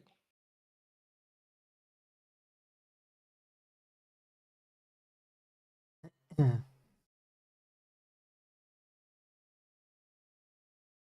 UEF needs to acknowledge its shortcomings with the loyalty program. No, we don't. I don't know what you're talking about there. We don't need to acknowledge anything. You think Cyberans need reparations? Absolutely not. No chance.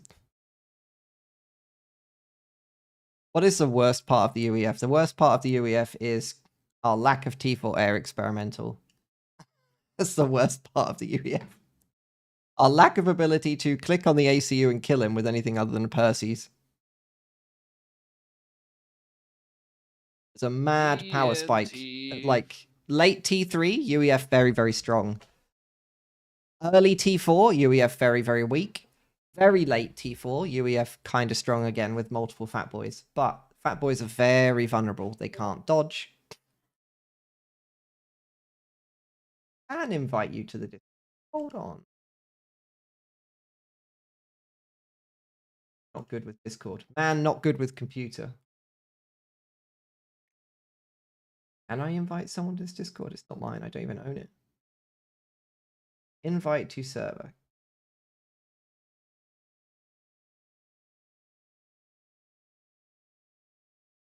Invite sent.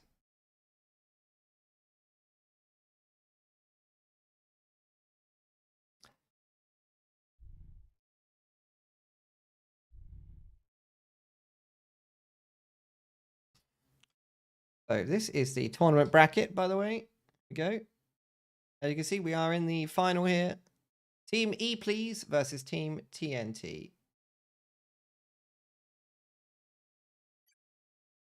The screen goes black temporarily like that because I'm switching applications in the background.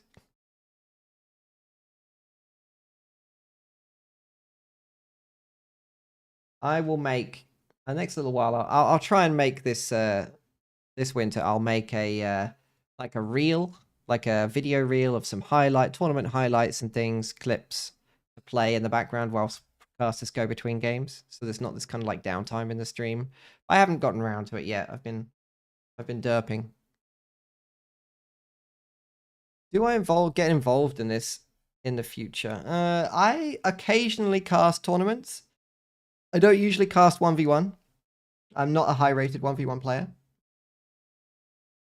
I try to cast some of the stuff with a very high-rated caster. So I usually cast the grand finals with a player called Farmschlet, who goes as the Wiki at the moment. It's about 20-something hundred. I usually like co-cast with him for the finals because it's pretty funny. I think we get on pretty well together.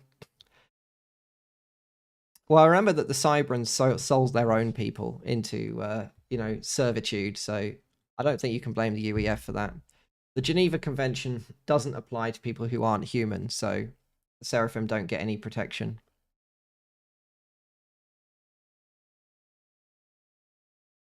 Asking for reparations is exactly what the Cyberans would do, actually. That is such a Cyberan tactic. Let's have a quick look at the...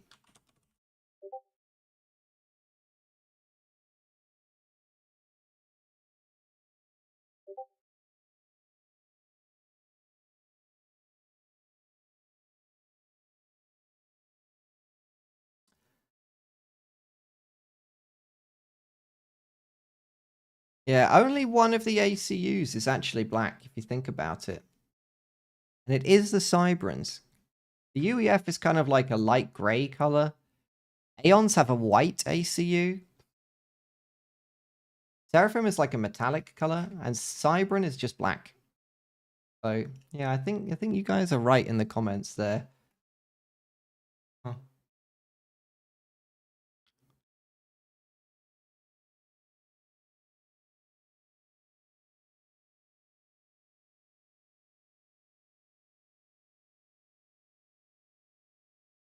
Back to F, player ready. Banana back in a bit.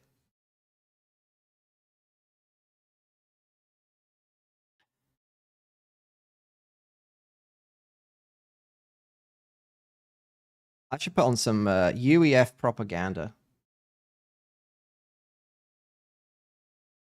I need a UEF propaganda video. On.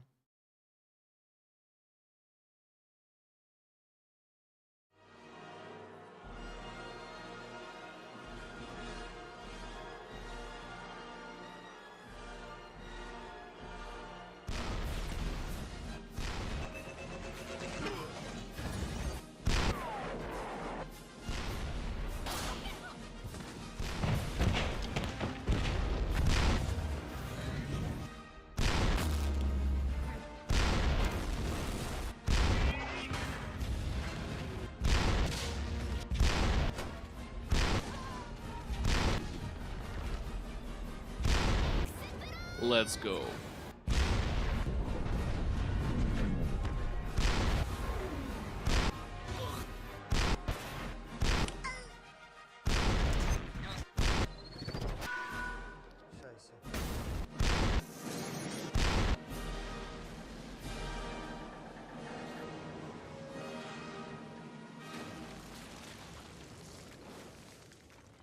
Damn, I missed him.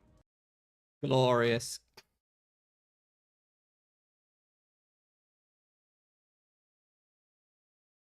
Hey, people. Glorious? Seth here. What a beautiful day to make Seth in the terrible background. content. I am ready. Let's go. I am ready.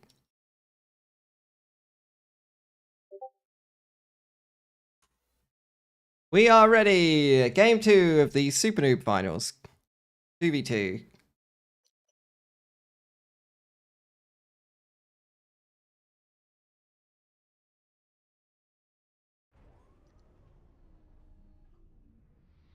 Yeah, I know it's just not going to be a super high production cast, but realistically, it's nice to do something a little bit different.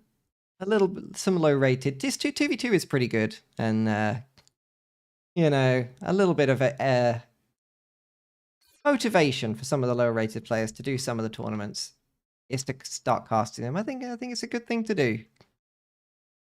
So, in the left corner, in her customary pink Seraphim every single game. It's going to be Banana Smoothie. Dropping, it's going to be Stale Devil. He's in Cyber and Dark Grey there. A black Cyber and ACU. On the right, going his lime green UEF every single game again. It's going to be Wireless Bomb.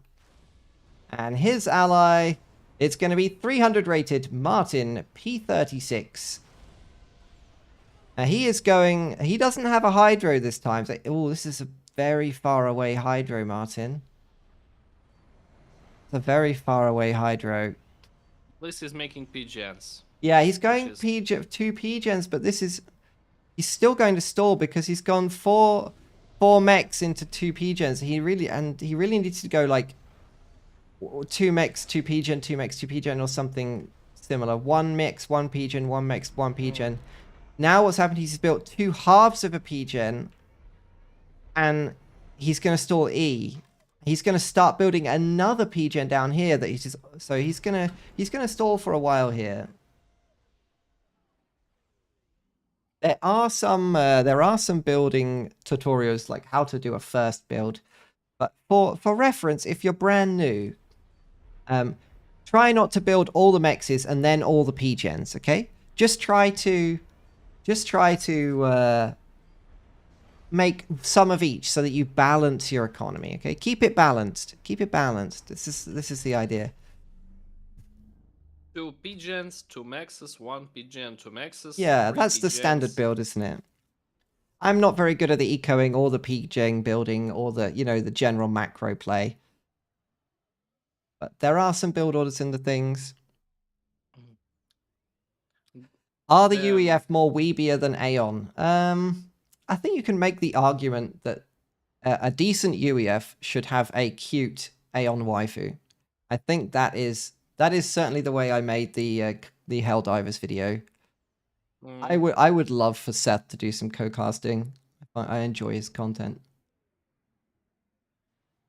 Classic old games. So what's going on our map here? Banana moving out with some scouts. So we're positioning scouts here. That's actually pretty smart. Stale Devil doing the same. And Wireless Bomb brought his scout and tank to secure all this huge area of reclaim. But not so much in mass, but nevertheless. Mantises are destroying 1 max and then start to making this with another one. So Wireless Bomb taking his mechs here. So first blood is going to go to Wireless Bomb. And there's these big bases up here. This is actually a lot of reclaim. We got 10k reclaim on the map. This area here is very valuable. Almost worth dropping it, actually, I would say. I think dropping engineers here is probably the play. Aeon Temple here. It's quite cute. I like this. I like these like thematic buildings. Very, very cute. Glory to the princess. Glory to the princess. They told me buildings in Uzbekistan remind people Aeon in some way. Maybe that's where they got it from.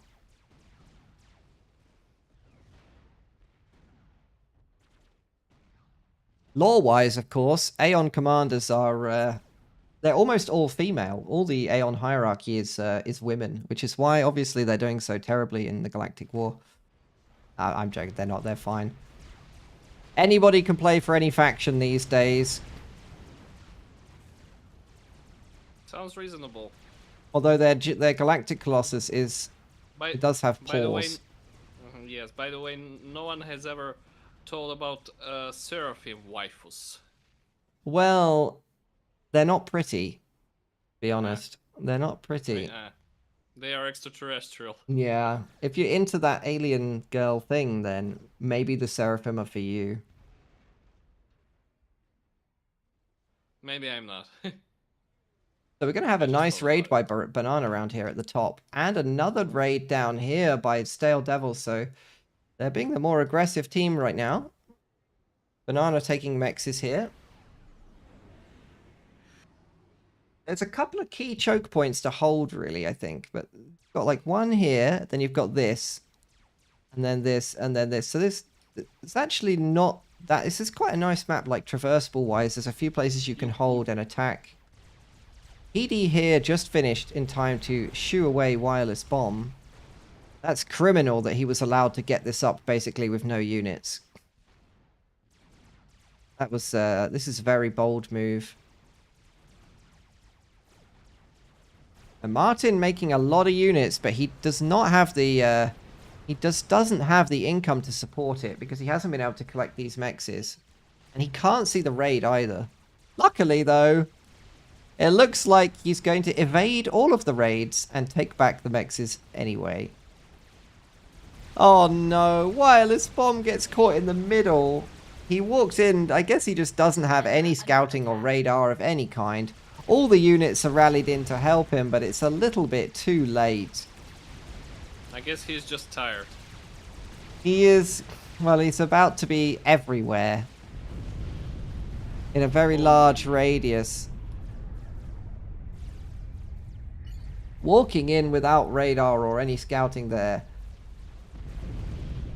Pretty sad. And Martin Control Ks didn't fancy the 2v1 against the higher rated players. Totally understandable, Martin. He's a nice guy in chat as well, look. That's going to be GG for that game. Banana was ahead on score there. Stale Devil picking up the kill. That gives him a lot of points, obviously. That's pretty amazing. And I think that's GG for the tournament, is it not? Maybe technical win. Let's see.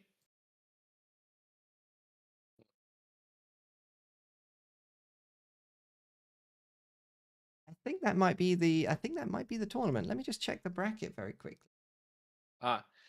I just noticed that Midea sent a request if Wireless Bomb needed a substitute.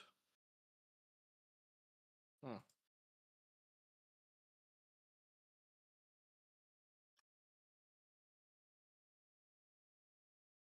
I think it was a best of 3, and that is going to be 2-0 to Team E, please.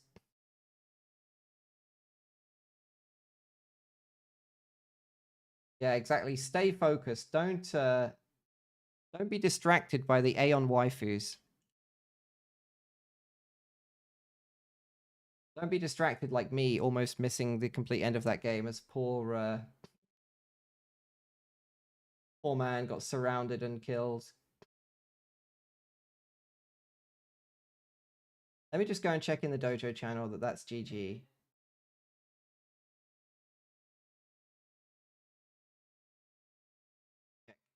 Okay. Nothing we can do. Very sad. 2-0. Team E, please.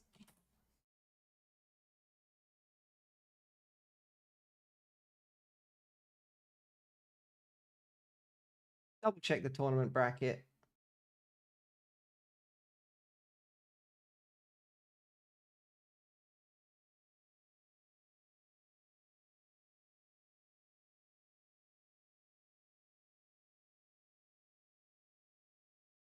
Discord wants me to sign in with my real ID and phone number because I live in the UK and the government has censored the internet.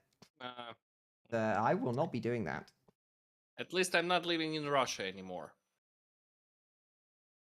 I think that's GG for the tournament. I think it was a best of 3 rather than a best of 5 finals.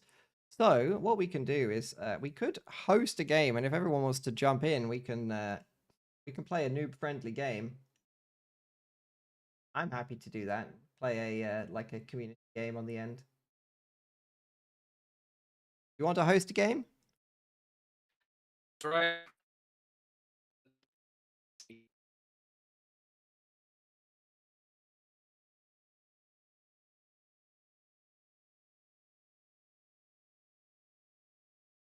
If I host a game, it's going to be all sorts of weird mods running. Ooh. Imagine playing at one of these maps. You big yikes. That's a 2v2 map. What map? Your audio is breaking up.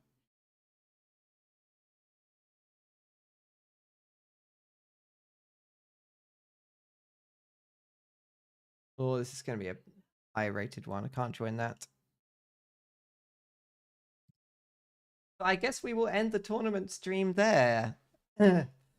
Our winners today are going to be Team E Please, which is Banana Smoothie, carrying quite a few of those games with the Seraphim ACU.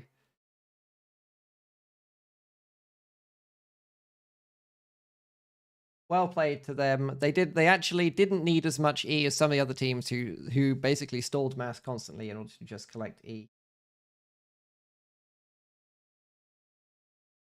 And I will make some content for Galactic War. I think we should do some Galactic War community stuff. I think it'll be honestly great. There's so many potential memes for find some. Let me find some. Hold on. Let me open my very large FAF memes folder.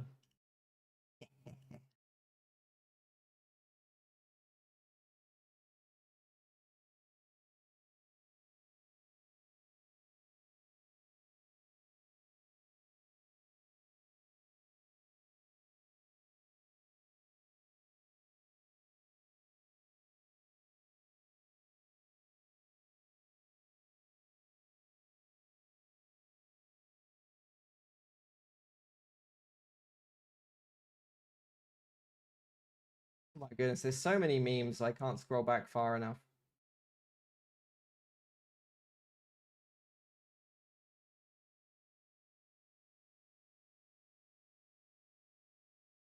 There we go. Put this on. This one right here. It's going to be me once the UEF Galactic War starts. Turtling our way to victory, boys. That's what we're going to do. Not the AO gang. We don't do this. We don't do this. We don't do this. Okay, thanks very much for watching. I'm going to be in the lobby. I'm going to host a lobby and do a friendly, low-rated game. And I will see you next time.